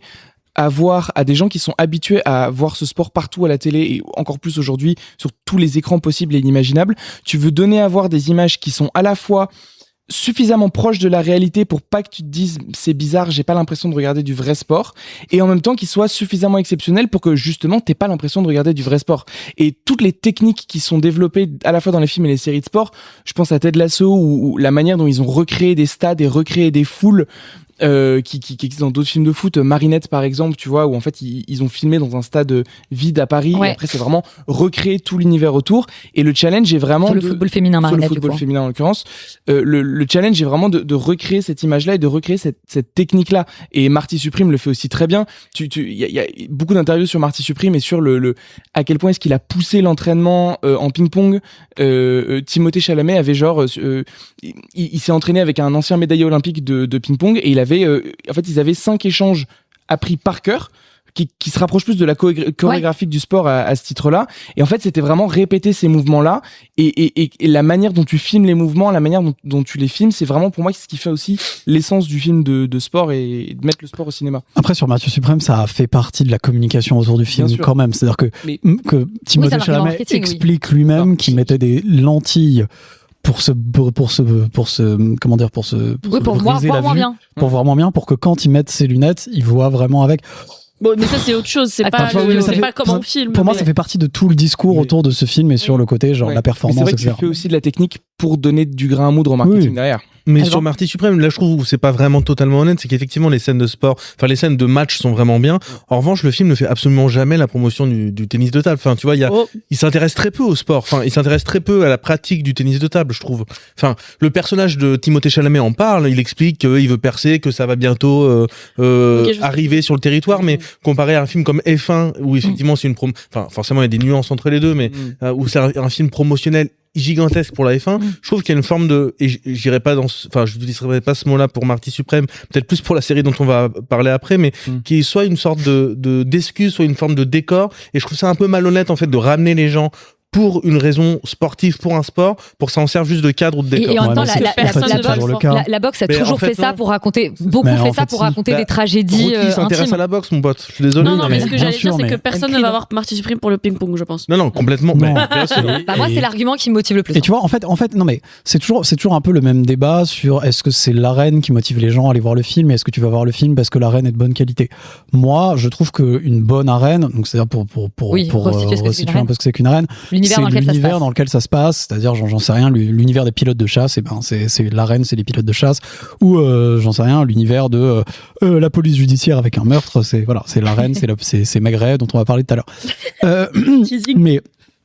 Mais je veux dire, dans le sens où on peut aller voir un film parce que l'arène va nous plaire, etc. La réalité, ce qui va faire la substantifique moelle, la qualité d'un film, c'est pas ça fondamentalement. En fait, je te remercie, mais je pense qu'il y a quand même des nuances à avoir, c'est-à-dire qu'on peut effectivement Voulez-vous taper? Non, mais se passer un petit peu de l'arène, mais en fait, il y a quand même des limites à pas dépasser, c'est-à-dire que là, je parle pas. Tu peux pas faire n'importe quoi non plus. Mais en fait, dans la série dont on va parler et dont j'arrive pas à prononcer le nom, E.T. de Rivaldi, c'est vraiment du foutage de gueule. Enfin, en fait. On va parler après, mais oui, c'est pas une série sur le hockey sur glace, en effet. Non, mais tu vois, pour reprendre un autre exemple, dans LOL 2, quand on la voit dans son environnement d'architecte, clairement l'arène des architectes n'est pas respectée. Non, mais là c'est pas la même chose. Là on s'égare complètement. Moi j'aimerais peut-être qu'on parle d'animation, en tout cas, parce qu'il y a aussi pas mal de films d'animation qui sont emparés du sport. Moi malheureusement je ne pense qu'à des séries. D'un coup je pense à Olivier Tom. Bien sûr. C'est totalement hors sujet. Complètement réaliste. Ces terrains pendant lesquels tu peux courir pendant 3 heures et qui sont tellement longs. mais peut-être il y a aussi des films, Antoine. Il y a beaucoup de films. Effectivement, je reviens sur les séries avant de parler aux films. Ça a été une ressource énorme pour les animés. Il y a les animés japonais. Voilà, exactement. Mais c'est vrai que sur les films, en fait, cinéma d'animation et sport existent en fait quasiment depuis entre aujourd'hui et l'épopée de Gilgamesh. Je dirais. C'est précis, ça doit mouiller. En fait, ce qui est assez dingue, c'est que une fourchette, ouais.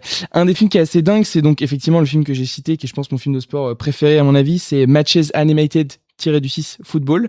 Il y a eu toutes des déclinaisons. Je l'ai mal prononcé tout à l'heure, je crois. Il y en a eu sur le volley, il y en a eu sur le cricket. Mais tu vois, c'est un film d'animé de 1914 d'Arthur Melbourne Cooper. Où en fait, il anime des allumettes en stop motion. Vous l'aurez peut-être Matches. Petit jeu de mots sur. Il anime des allumettes dans des positions de sport parce qu'en fait, ce qui l'intéresse dans le sport, c'est pas tellement représenter l'arène, etc., parce qu'on est quand même en 1914, c'est surtout représenter le mouvement. Et en fait, beaucoup de films de sport et a fortiori d'animation, parce que en animation, justement, tu veux pouvoir distordre tes personnages, tu veux pouvoir représenter le mouvement, et tu peux représenter le mouvement au millimètre près et exactement précisément dans la manière que tu veux.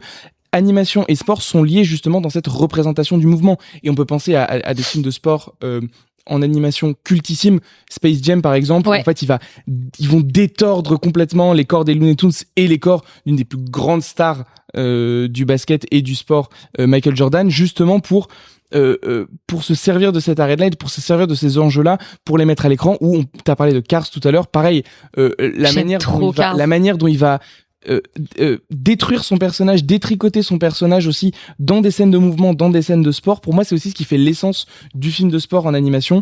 Et après, on peut citer énormément d'exemples de sport dans le background, dans Vice Versa par exemple, dans les deux personnages principaux. Riley joue au hockey assez différemment que dans... Elle est citée dans Inside Out 2, enfin Vice Versa 2, est citée dans le Wikipédia, dans les listes des films de sport. Bien sûr, mais parce que le 2 plus que le 1 prend vraiment pour appui dans sa trame narrative sur le personnage de Riley, le hockey et le sport et son évolution émotionnelle. C'est marrant ce que tu dis parce que c'est par rapport à ce que tu disais tout à l'heure, c'est un sport collectif, mais c'est vraiment son évolution à elle qu'on va suivre et son évolution dans ses émotions a fortiori.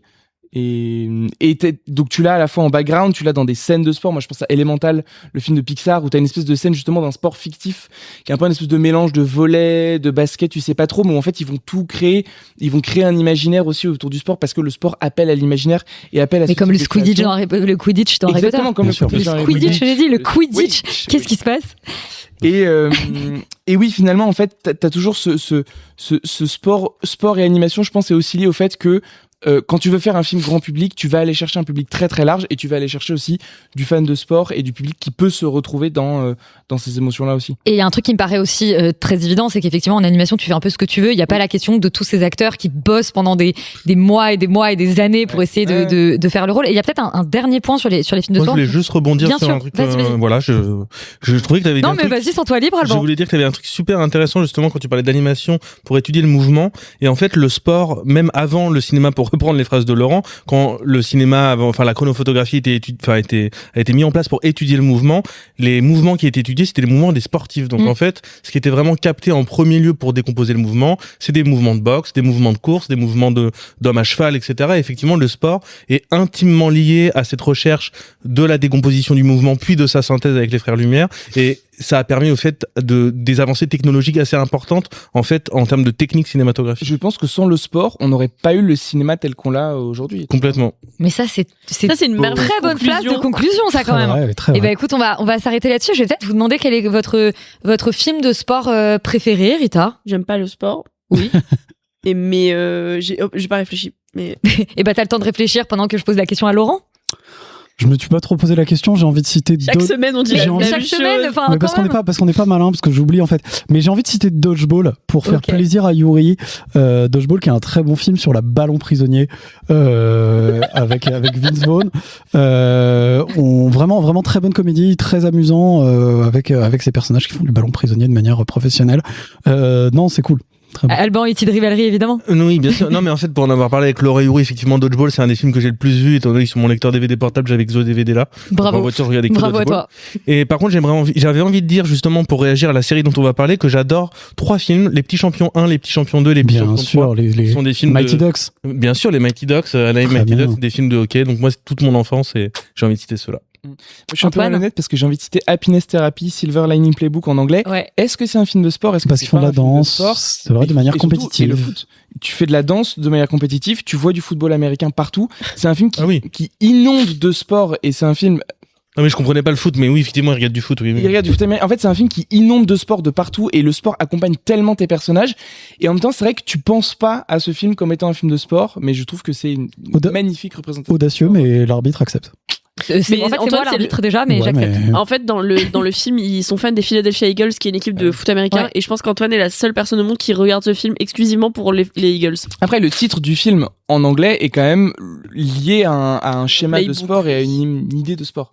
Moi, je veux juste rajouter une petite scène à laquelle je viens de penser. C'est une scène du film Les Stagiaires avec Owen Wilson et Vince Vaughn. Oui. Où ils font du Quidditch et ils comprennent rien aux règles et c'est incroyable. Franchement, regardez cette scène. Hamza, t'as une idée ou pas de ton film préféré? Je vais me référer à ce que Antoine a dit, je pense. Selon Wikipédia, Vice Versa 2 est considéré comme un film de sport. Je vais citer ce film. Très bien. Voilà. Très logique. Moi, je vais rester sur Challengers en vérité, parce que je regarde les films de sport qu'on avait dans le corpus et en vérité, j'aime pas trop ça. Donc, Challengers. Aline? Et moi, j'aurais dit tous les films de Jackie Chan. Ça parle pas forcément de sport. En fait, il en fait tout le temps. C'est-à-dire que si, en fait, tous les films justement où il est genre Moine Shaolin et tout ça, enfin, ça parle de sport. Mais je pense quasiment qu'il faudrait faire un focus à part sur les films de combat. Est-ce que musical? Bah oui, basket dans High School Musical, ok, autorisé, très bien. Dans le golf. De quoi? Dans le 2. Où il joue au golf. Il est dans le 2, il joue tout à fait au golf. Bah oui, il y a même une scène où il chante sur une... Happy Gilmore, du coup, on a Happy Gilmore. En fait, c'est génial parce qu'on peut en citer beaucoup trop. Donc, on aime beaucoup les films de sport et surtout le cinéma n'aurait pas été le cinéma sans le sport. On va, avant de revenir au sport avec la série Titre Rivalerie, on va d'abord se calmer un peu pour parler de Maigret et le mort amoureux de Pascal Bonitzer. Un peu moins sportif comme programme. Le Quai d'Orsay vient de m'appeler. Et c'est pourquoi? Je ne sais pas, sauf que c'est urgent. Commissaire Maigret, je dois vous avertir que l'affaire est sensible. La victime n'est pas n'importe qui. Armand Berthier-Lagesse, c'était l'un de nos plus brillants ambassadeurs. Mademoiselle Larieux est à son service depuis 40 ans. 46. C'est génial, parce qu'en fait, la bande-annonce dit le résumé. Donc, je répète, parce que vous venez d'entendre, le commissaire Maigret est appelé en urgence au Quai d'Orsay. Monsieur Berthier-Lagesse, ancien ambassadeur renommé, a été assassiné. Maigret découvre qu'il entretenait depuis 50 ans une relation amoureuse avec la princesse de Vuine, dont le mari, étrange coïncidence, vient de décéder. Alban, Laurent, je sais que vous avez passé une excellente après-midi, parce que vous êtes tous les deux des vieux monsieur qui aimaient bien le thé et Maigret. Bah ouais, Maigret, il aime pas trop le thé, hein. Maigret n'aime pas le thé, il refuse. Maigret, il est plus sur du... Il picole, hein. Plus sur du vin rouge. Un Saint-Joseph, une petite bière, quoi. Vous pouvez commencer chaque phrase par Maigret et la suite. Non, ouais, Maigret. En fait, là, tu vois, même tu viens de dire le synopsis. En fait, moi, j'ai adoré ce film. Voilà. Ouais, je sais. C'est 1h20 de pur plaisir. C'est, en fait, c'est déjà un nouveau Maigret, interprété par Denis Podalides, qui n'avait jamais joué Maigret, qui est un peu à contre-courant des Maigrets qu'on connaît au cinéma, comme l'a précisé en plus Pascal Bonitzer au début. On n'est pas sur un Maigret bourru, on est sur quelqu'un de plus malicieux, de plus fin, en fait, qui paraît un petit peu plus intelligent, même si tous les Maigrets sont intelligents. Donc c'est adapté de l'œuvre de tous ceux qui l'ont. Enfin, jamais Simon s'est dit tiens, Maigret va être con sur celui-là, tu vois. En général, c'est pas trop le programme. Voilà. Et en fait, le film est intéressant pas tant pour l'histoire policière que c'est ma seule réserve sur le film, que j'ai trouvé que l'histoire était un peu mince, l'enquête un peu maigre, etc. Mais j'ai cru à chacun des personnages. Il y a vraiment un travail sur l'écriture du personnage de Maigret, sur l'écriture de tous les personnages secondaires, donc tous ceux sur lesquels il va enquêter, en fait, la famille du mort, ses proches, etc. Je trouve qu'il y a vraiment un gros boulot là-dessus, un gros boulot sur le travail, en fait, de Denis Podalides en tant que Maigret, pour essayer de faire une nouvelle proposition sur ce personnage. C'est quand même pas une chose aisée de passer après Jean Gabin, après Depardieu, après après Mr Bean, j'ai oublié son nom, mais qui a fait aussi un Maigret pour la télé. Ouais. Après Bruno Kremer. Effectivement. Et moi, je l'identifie à Bruno Kremer. Et je trouve que Denis Podalides s'en sort vraiment bien. Enfin voilà, moi j'ai cru en chacun de ces décors. Ils ont, pour une question de thunes, certainement, ils ont décidé de faire Maigret aujourd'hui, c'est-à-dire que Maigret... Il y a une vingtaine d'années, je dirais. Oui, enfin, en tout cas, voilà, mais dans un monde téléphone portable, tu vois. Et je trouve qu'en fait, cette contrainte-là en fait quelque chose de presque... C'est le fantasme du policier qui vit dans une époque qu'il a pas connue, et j'ai trouvé que c'était plutôt fin, en fait. La relation avec sa femme, j'ai trouvé bouleversante. Enfin voilà, je trouve que c'est pour moi une super découverte, ce film-là. Alors Laurent, je disais au début que tu avais failli rater la séance. T'es bien content de l'avoir rattrapé? Eh ben, plutôt. C'est-à-dire que je dois dire que j'ai été assez content de me plonger dans cette espèce d'atmosphère. T'es allé reculons, quand même, un peu. Quoi ? T'es allé un peu reculons, toi. Non, j'y allais pas forcément très intéressé parce que Bonitzer, c'était le premier film de Bonitzer que j'ai jamais vu, personne n'est surpris. Parce que Maigret, je m'en fous un peu, je suis pas un particulièrement intéressé par Maigret d'une manière générale. C'est qui Maigret ? C'est le commissaire Maigret, c'est le personnage phare de Georges Simenon. Georges Simenon qui a écrit genre 75 livres de Maigret, enfin c'est un truc. C'est un équivalent de. En fait, tous l'équivalent d'Agatha Christie en France. Tous nos grands-parents, ils ont tous lu à balle des Maigret, quoi. Enfin, tu vois, pour que la séance soit complète, parce que tu as raté le film, t'as fait rater le film parce que la séance était complète. Complète au hall, celle que je voulais le voir, elle était complète. Du coup, ça veut dire que c'est quand même une IP. Ah bah oui, mais en France, c'est colossal. C'est une énorme IP, en France, c'est colossal. Sinon, c'est un grand écrivain. Enfin, les gens sont. Oui, Simenon, je connais, mais je sais pas, Maigret, c'est un truc qui est pas dans mon imaginaire collectif. Et donc, c'est vrai que toute cette atmosphère un peu surannée, un peu à l'ancienne, est très agréable et très douce et très amusante où moi, en fait, j'étais très content d'être avec Maigret, qui bouffe de la rouelle de veau aux carottes, qui discute avec des princesses et des normaliens. Qui existe des jambons beurre. Voilà, Ça a l'air super. Qui existe des jambons beurre en buvant une petite bière le midi, parce qu'au 36 quai des Orfèvres, on se laisse pas abattre. Il y a qui se balade place Dauphine en fumant la pipe. Il y a un truc qui, moi, marche, en fait, sur moi. C'est la vie que tu rêves de mener. C'est un peu complètement la vie que j'ai envie de mener. Ça se passe quand ? Ça se passe au début des années 2000. Ils ont des téléphones à clapper, quoi. Et lui, il est vraiment à l'ancienne. C'est-à-dire que pour cette époque-là, il est complètement genre old school. Il porte un chapeau, il fume la pipe. Et voilà. Et tous les personnages qu'on voit un peu graviter autour de cette histoire, sachant que le livre dont il est adapté, ce que nous a rappelé Pascal Bonitzer, date de 1960. Donc en fait, c'est vraiment la France de juste après-guerre ou après-guerre, même peut-être avant, parce que je pense que les premiers Maigret doivent dater d'avant, mais c'est un peu ce mélange entre ce 20e siècle et le 19e, tu vois, normalement un peu Maigret avec encore les vieux qui sont très vieille France et lui qui est un tout petit peu plus nouveau, mais nouveau parce qu'il mange du bœuf carotte et qu'il fume la pipe. Donc il y a un côté très suranné comme ça qui est vraiment marrant, qui est plutôt bien fait par Pascal Bonitzer. Je suis d'accord avec toi, les personnages on y croit tous. Je pense que c'est la finesse d'écriture aussi de Simenon qu'on revoit dans le film autour de l'écriture de ces personnages. Il y a un choix dans le casting qui est quand même intéressant. Il y a des vrais trognes dans le casting. Il y a une scène qui surréaliste en fait, qui nous a fait quand même mourir de rire. Le gars qui a la goutte là, avec le notaire qui a la goutte et qui tremble et parce qu'il galère parce qu'il a la goutte. Enfin, il y a des délires vraiment genre ultra old school. Ça fait beaucoup rire Antoine. Ils sont vraiment. Mais moi j'adore ça. Ça rappelle Marty Supprime. C'est la manière. Pardon, oui. Non, mais j'allais dire, c'est la manière où vous le dites. Il y a une scène vraiment, on était mort de rire avec un notaire qui a la goutte. Tu vois, qu'il y a un truc, qui est un délire complètement. Il en joue vachement en fait. Qui est un délire complètement années 50 en fait. Enfin, tu vois, qui est vraiment genre très très old school et qui. C'est vrai que la goutte dans les années 2000, je viens de percuter. Tu vois, c'est à l'aise avec les symptômes de la goutte. Si quelqu'un peut. En fait, en gros, il bave énormément. Il fait comme ça, il a des parce qu'il a des douleurs et parce qu'il y a des articulations qui déconnent. C'est des trucs qui sont liés à des rhumatismes et des problèmes de régime alimentaire. Enfin, t'imagines un problème pipi, Antoine? Je sais plus exactement. T'imagines un problème urinaire? Non. Ah, ok. Non, la goutte, c'est globalement une maladie dans laquelle t'as tes articulations, je crois, qui gonflent. En tout cas, t'arrives plus trop à bouger. Ça fait très mal. C'est une maladie t'as l'impression que c'est le 18e siècle. Docteur, mais ça existe encore. J'ai un peu la peste avec de la fièvre et des trucs comme ça. Non, mais c'est un délire un peu. Si, je crois que c'est lié à l'alcool. Et en fait, d'ailleurs, Maigret ne fait que picoler pendant tout le film. Enfin, tu vois, il y a non. Ça me met des images dans la tête que j'aurais préféré ne pas avoir. Toujours est-il que c'est un film assez agréable à voir de ce point de vue-là. Après, quand même. Ça donne envie. Les gars, allez voir Maigret si vous les écoutez, parce que tout le monde est mort de rire. Après, quand même, si on est honnête, c'est vraiment un film pour tes grands-parents, quoi. C'est-à-dire que c'est vraiment. Parce que c'est la goutte et Maigret, quoi. Oui, non, mais c'est-à-dire que c'est un film, c'est pas un film de Gen Z, quoi. C'est-à-dire faut les mecs qui ont lu 2-3 livres et qui savent ce que c'est que la goutte. Mais. Tu vas descendre de 6 étages. Pardon, mais je suis complètement dans un truc de jugement que vous ne sachiez pas ce que c'est que la goutte, les gars. Hein. Genre, si vous avez ouvert un bouquin d'histoire un jour, vous devriez savoir. Donc, je pensais qu'il allait dire Maigret, mais non, c'est la goutte. Maintenant, on se concentre que sur la goutte, qui est le personnage principal. Hein. C'est le goutte Maigret, la goutte endormie.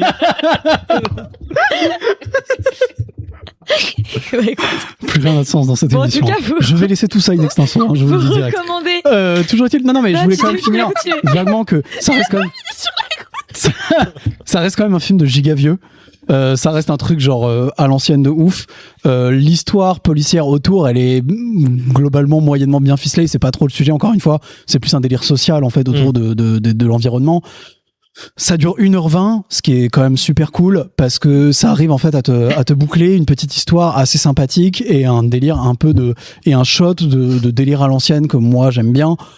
Voilà, ça reste pour un public qui a envie de voir ça. C'est sûr je pense qu'il y a une partie de notre public qui vont écouter, qui vont être complètement paumés de tout ce qu'on a dit. Mais moi, j'ai trop hâte que les gens ils voient le perchomètre de la semaine, les gens qui nous suivent sur Instagram, et ils voient genre le plus gros cœur de l'émission, il est sur Maigret. Non, mais après, il faut quand même préciser qu'on a quand même un casting avec enfin, il y a Laurent Pointrenault, il y a Michel Esco, il y a Denis Podalides. Enfin, en fait, il y a quand même des acteurs qui aujourd'hui ont une carrière et depuis peu de temps. Toi, Michel Esco, on le connaît pas depuis non plus. Enfin, je veux dire, les initiés peut-être le connaissaient depuis 20 ans. Non, mais c'est vraiment les amandiers qui lui ont donné un coup de projecteur. Oui, voilà, exactement. Et depuis, il a de plus en plus de rôles. Enfin, voilà, il y a quand même une vraie distribution. Et que t'as du second couteau avec des vrais trônes et tout. Non, c'est cool. Donc non, franchement, effectivement c'est un film de vieux, mais c'est un super film de vieux. Ah non, mais je dis ça complètement premier degré parce que moi j'ai pas eu le temps de voir ce film, donc renseignez-vous sur La Goutte surtout, pardon. Courez voir Maigret et Le Mort amoureux, et surtout googlez La Goutte parce que c'est important pour votre culture générale. C'est le moment commentaire où chaque semaine on dit commentez si vous en êtes encore là. Vous pouvez commenter Goutgate sur hashtag Goutgate. Le surnom de mon frère pendant longtemps c'était La Goutte. Enfin voilà, on y reviendra. Je veux pas savoir. Putain, j'ai besoin de savoir pourquoi. Je veux pas savoir. Mais tu sais quoi, tu me donnes une transition parce que ton frère aussi faisait du hockey sur glace. Et on va maintenant parler de E.T. de Rivalry, la série créée par Jacob Tierney. Canada-Russia final showcasing the two most talked about prospects in the world. Canada's Shane Hollander. Shane Hollander, I wanted to introduce myself. Okay. And Russia's Ilya Rozanov. You're an awesome player to watch. Yes. Donc loin de leur rivalité sur la glace, le Canadien, j'ai trouvé leur nom, Hollander, et le Russe Rozanov, deux joueurs de premier plan dans la Ligue majeure de hockey, vivent en secret une histoire d'amour aussi intense que compliquée, une relation qu'ils doivent cacher au reste du monde. C'est une adaptation de la série littéraire Game Changers, qu'on va dire c'est des romans de plage. Avant d'en parler, peut-être c'est intéressant de dire pourquoi on en parle. C'est une série qui a connu un très très gros buzz en fait fin 2025, tout début 2026. C'est à la base une toute petite série canadienne, vraiment avec pas beaucoup de budget. Il se trouve que elle a fait un méga carton, qu'elle a été commentée à peu près partout, et surtout qu'il y a eu en plus un truc assez, et en même temps pour le coup assez positif, mais qui est qu'en Russie la série est interdite, puisque évidemment on est sur deux personnages homosexuels. Ce qui fait que les gens, pour se procurer la série, ont trouvé des espèces de systèmes où évidemment ils la pirataient, ils se donnaient les liens entre eux, les sites étaient fermés. Enfin, il y a eu un espèce la série a une histoire assez folle autour. Maintenant, nous on est là pour parler de la qualité de la série en tant que telle. Il y a 6 épisodes en tout, je crois qu'il y en a deux qui sont sortis pour le moment, qui sont dispo sur HBO Max et donc Canal+ pour les gens aussi qui ont ou Prime qui ont Canal+. On va peut-être commencer pour pardonner, parce que en plus tout le monde en dit beaucoup de bien, et vous, elle vous a pas convaincu, donc je suis intéressée d'entendre votre avis. Rita, qu'est-ce qui ne t'a pas convaincu dans E.T. de Rivalry? Déjà, pour revenir sur le phénomène, en fait, en fin d'année, la série a commencé à être diffusée fin novembre sur HBO Max parce qu'elle a été achetée. En fait, c'est pas une série HBO Max, elle a été achetée. C'est une série d'une production canadienne pour une plateforme qui s'appelle Crave. Ils ont pas réussi à la vendre, en fait, c'est ça l'histoire, parce qu'il y avait trop de cul. Voilà, et donc en fait HBO l'a acheté pour genre 2 ou 3 territoires en la mettant un peu juste comme ça sur leur plateforme, et ça a fait beaucoup de bruit. En fait, pour moi la solution est claire, c'est que c'est une adaptation de toutes les fanfictions, je crois que ça s'appelait yaoi. Oui, c'est les yaoi ou boy love, enfin les mangas gays. Et pas que les mangas, je parle vraiment de fanfiction, et je vais y revenir beaucoup. Pour moi, c'est vraiment une fanfiction comme on pouvait en trouver sur j'ai plus le nom des sites web. Wattpad. Voilà, sur Wattpad. Ouais, j'ai rajouté un A moi. Sur Wattpad. Même ça, je sais pas le prononcer correctement, c'est vraiment. En vrai, ça fait de ouf boomeuse. Genre rajouter une lettre comme ça sans faire exprès, c'est génial. Mais j'ai 60 ans, Rita. Mais tu devrais vraiment aller voir Maigret. Mais je suis juste, vous savez que je suis un peu illettrée, c'est pas ma faute. Mais j'ai pas la vraiment, faut que je réussisse à me reconcentrer parce que le Goodgate m'a vraiment mis à terre. Donc, c'est un peu une adaptation de ce qui se passe sur Wattpad de manière hyper sexualisée. Et l'autrice le dit elle-même, elle est un petit peu derrière, elle commence à avoir un peu un backlash sur sa manière de considérer les hommes homosexuels, parce que c'est une femme hétéro qui a écrit la série, et c'est un peu fantasmant quand même. Mais qui est censé être le public à la base des yaoi. Et de fait, la série est majoritairement regardée par des femmes de moins de 30 ans. Alors oui, mais quand même, et l'énorme buzz, c'est quand même la communauté queer qui s'en est énormément emparée, et notamment. Ouais, mais c'est d'abord les femmes hétéros. En vrai, c'est un truc qui est. Il y a eu un début de backlash parce qu'il y a certains hommes gays qui ont commencé à dire que c'était pas vraiment réaliste, que c'était pas une rom-com comme eux ils la voulaient. Enfin, en tout cas, il y a eu du débat dessus. Ça a créé un buzz, mais ce qui est important et ce qui a rationalisé, c'est que c'est un buzz chez une forme d'intelligentsia ou de gens qui sont dans la culture, parce que dans les tops de Nielsen, on en a déjà parlé la semaine dernière, c'est donc les tops établis par l'équivalent de Médiamétrie aux États-Unis. La série n'est jamais apparue. En fait, il a jamais été dans les top 10 qui sont composés globalement de Grey's Anatomy, Bluey, Pat Patrouille et ce genre de choses. En tout cas, la série a quand même fait un grand retentissement, à tel point que les deux acteurs qui sont propulsés sur le devant de la scène d'un coup. Et ils étaient au JO en train de porter la flamme. Hein. Voilà, ils étaient au JO. Il y en a un qui va être host de SNL la semaine prochaine. Enfin, c'est tout un truc. À titre personnel, je trouve que c'est n'importe quoi. Mais c'est pas grave, parce que je pense qu'il y a un public pour ça. Et rien que pour la discussion que ça crée autour du coming out, notamment d'athlètes qui est quand même un énorme tabou encore aujourd'hui, notamment dans le hockey. En fait, honnêtement, dans tous les sports masculins. Non, tous les sports masculins. Masculin, complètement masculin. Dans le foot féminin, on a dépassé la question. Mais masculin. Mais dans les sports masculins, et encore surtout ceux qui sont hyper masculins, notamment comme le hockey. Le hockey qui est, à ma connaissance, le seul sport où quand tu as le droit techniquement de te battre avec un autre mec. Sauf au JO. En plus. Au JO, ils ont pas le droit à la bagarre. On nous parlera des règles. La bagarre est réglementée, il me semble.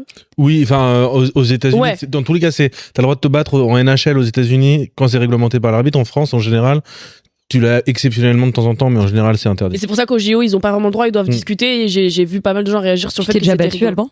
Non, jamais comme ça en tout cas. Non mais parfois ça arrive de se chamailler dans le match, mais jamais de manière avec un arbitre qui, enfin jamais se transformer en match de boxe sur une patinoire. Ouais. C'est beau ce que tu dis, tu fais des liens avec notre focus et tout.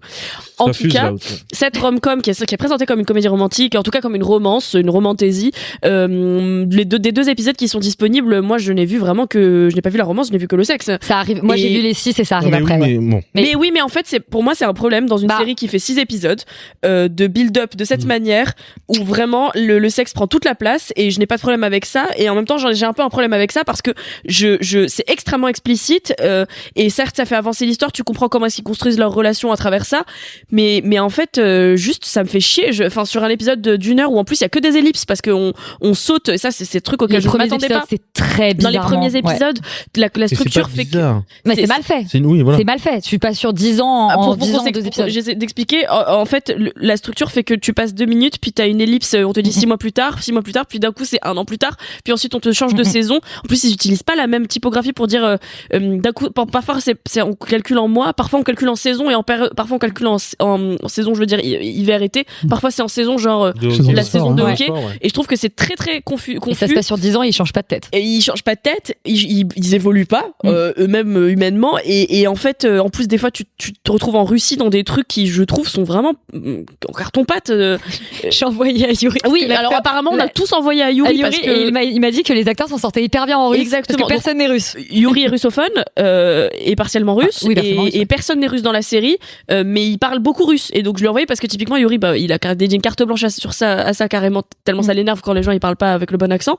Il aime pas The Americans à cause de ça, alors que c'est une superbe série, et il disait que là les gens se débrouillaient bien, mais le problème c'est qu'ils se débrouillent dans rien d'autre. Moi j'ai vraiment je vais continuer pour voir la romance dont Elisabeth me parle qui arrive après, mais pour l'instant je suis pas du tout convaincue. Si je peux juste avant de donner la parole à Alban, moi c'est un truc que je trouve pas inintéressant, parce qu'effectivement j'ai été très déstabilisée par les 2 premiers épisodes qui effectivement ont une narration vraiment très bizarre, et le 3e qui est un épisode boucle sur d'autres personnages qui m'a pas convaincu du tout. Et en fait effectivement la deuxième moitié, moi je l'ai regardé parce que je devais en parler dans un podcast qui s'appelle Dating Culture, où on a fait un épisode consacré en partie à la série, et en fait le fait d'avoir continué, c'est vrai que j'ai trouvé ça assez étonnant, mais les 3 derniers épisodes m'ont de plus en plus convaincu, et vraiment les 5 et 6 je trouve le 5 super.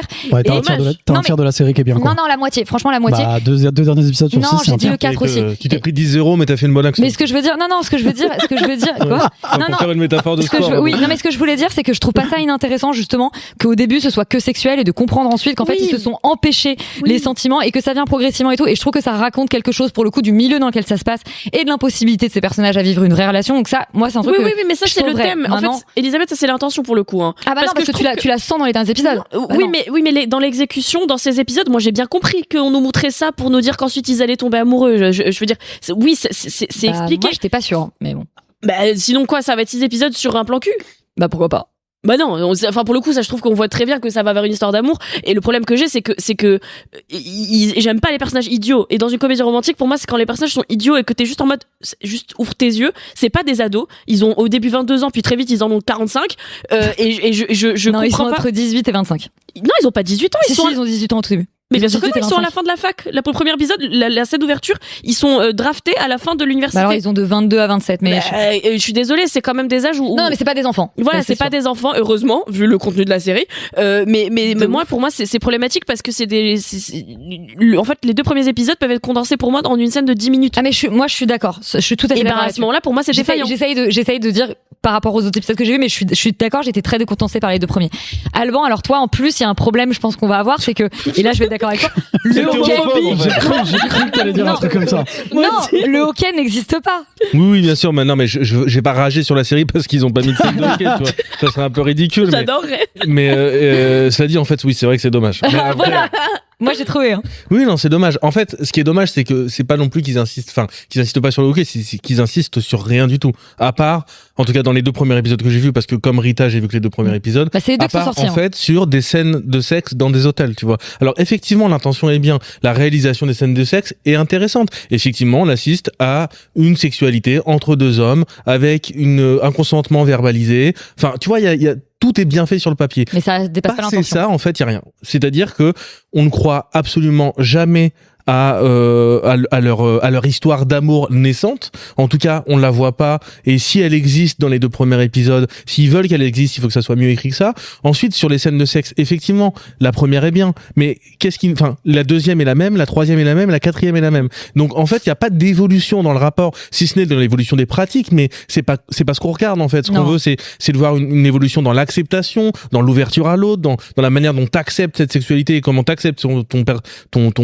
partenaire. Enfin, tu vois, une rencontre. Là, c'est pas vraiment le cas, tu vois. Ça commence même à l'inverse de ça, par une forme de relation très ambiguë entre le Russe et le Canadien, tu vois, où effectivement, je me dis, putain, on est vraiment en train d'assister. Elle est un peu toxique à la relation des parents. On est vraiment en train d'assister à ça, et alors qu'on nous vend tout le contraire dans les médias depuis le début. Effectivement, ça se rattrape. Effectivement, c'est plus complexe parce qu'il est russe et qu'il peut pas vivre sa sexualité. Ok, j'ai pigé, tu vois. Oui, mais on n'avait pas besoin de la scène. Pardon, je te coupe, mais on n'avait pas besoin notamment de la scène en Russie où on insiste bien au fluo de toutes les couleurs sur le fait que l'homophobie est extrêmement présente. On nous l'avait dit 27 fois avant. Ça reste pour les Américains après. Hein. Il faut oui, leur expliquer. Non, mais de manière générale, c'est une série qui est vraiment plus subtile. On va peut-être le dire, ça pour le coup. Ailleurs dans le monde. Mais non, mais déjà c'est pas subtil. En fait, ne me fais pas exister des personnages secondaires ou essayer de me faire exister des personnages secondaires s'il y en a pas. Enfin, tu vois, parfois ils vont filmer un coéquipier ou un tel à la chambre d'à côté, donc il va peut-être nous voir, etc. Alors que en fait, c'est le personnage principal de l'épisode 3, ce personnage.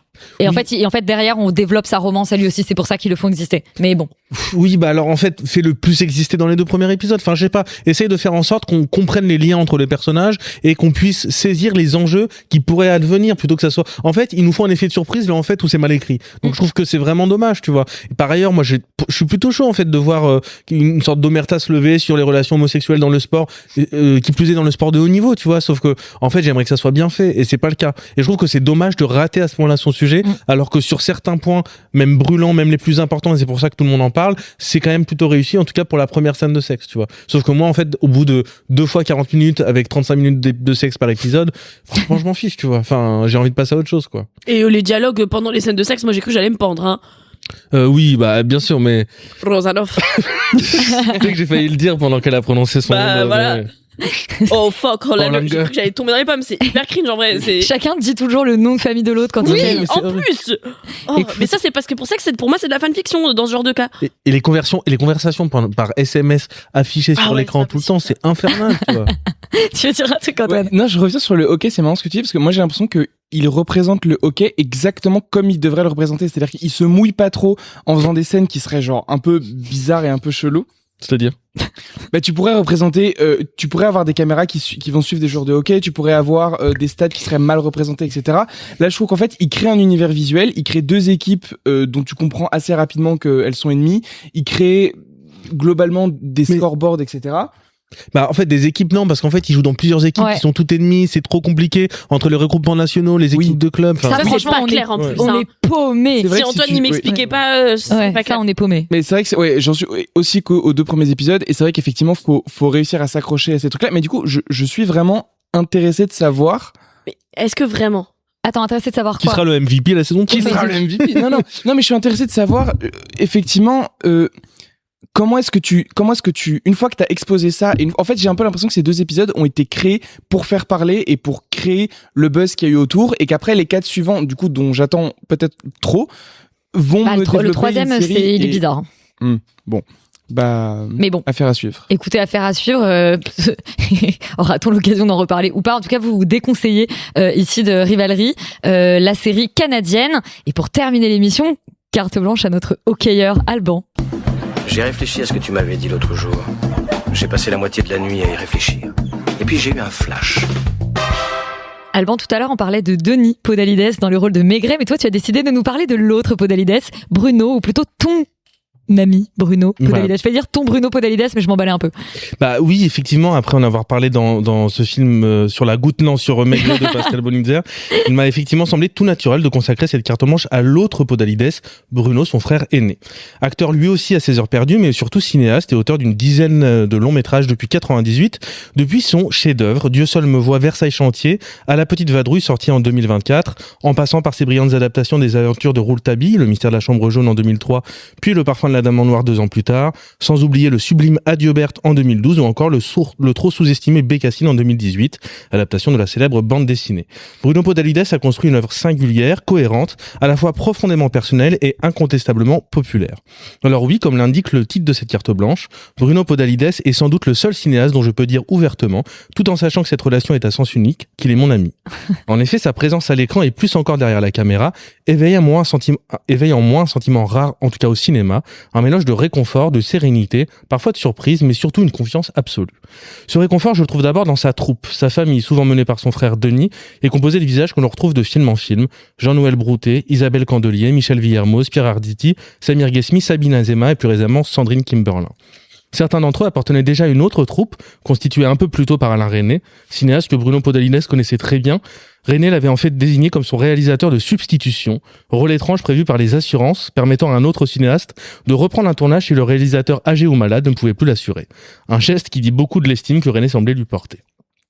Le cinéma de Bruno Podalides est aussi un monde qui se déploie d'un film à l'autre. Il y a Albert Jean-Jean, rêveur un peu maladroit. Il y a des jeux de mots improbables, des running gags burlesques comme ces fameuses babioles sur lesquelles un personnage finit presque toujours par trébucher dans chacun des films.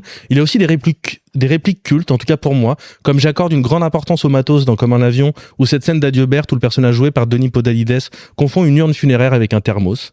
Et puis il y a l'enfance, le pays d'où l'on vient, comme il aime l'appeler. Une enfance peuplée des albums de Pif Gadget, de Tintin, du manuel des Castors Junior, d'aviation et surtout de magie.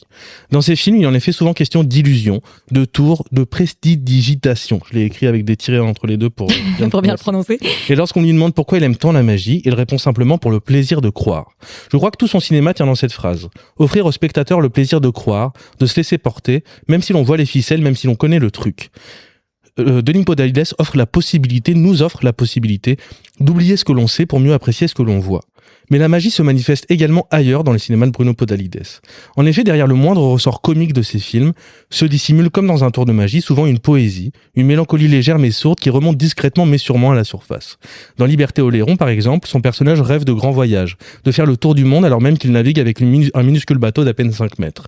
Dans Comme un avion, le kayak apparaît bien plus comme un lot de consolation pour le héros, qui au début du film se rêve avant tout en Jean Mermoz, naviguant bien plus dans les airs que dans les bords de Marne. Or ce décalage, qu'il nomme lui-même comme étant le suc de la comédie, bien qu'il suscite le rire, ne constitue pas uniquement un simple ressort comique. Non, il serre aussi un peu le cœur, il révèle l'écart entre ce que l'on voudrait être et ce que l'on est, non pas pour le regretter, bien au contraire, mais pour nous aider à l'accepter et surtout à le célébrer. Rien que pour ça, Bruno Podalides m'a accompagné à différents moments de ma vie. Il m'a parlé du deuil dans Adieu Berthe, de la difficulté d'être soi dans Dieu seul me voit, du désir de fuir, de ralentir et de se laisser porter ailleurs dans Comme un avion. Depuis quelque temps, c'est un autre de ces films, qui m'accompagne. Il s'agit de Voilà, un court-métrage réalisé en 1994.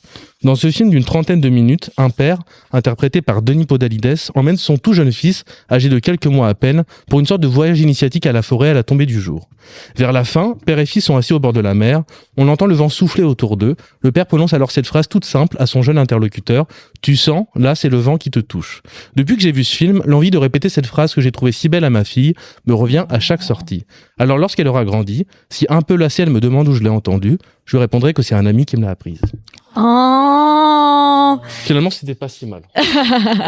Bah, merci beaucoup Alban pour cette carte blanche. Merci à toute l'équipe et puis à vous de nous avoir écoutés jusqu'au bout. On se retrouve la semaine prochaine pour une nouvelle émission. Bonne semaine.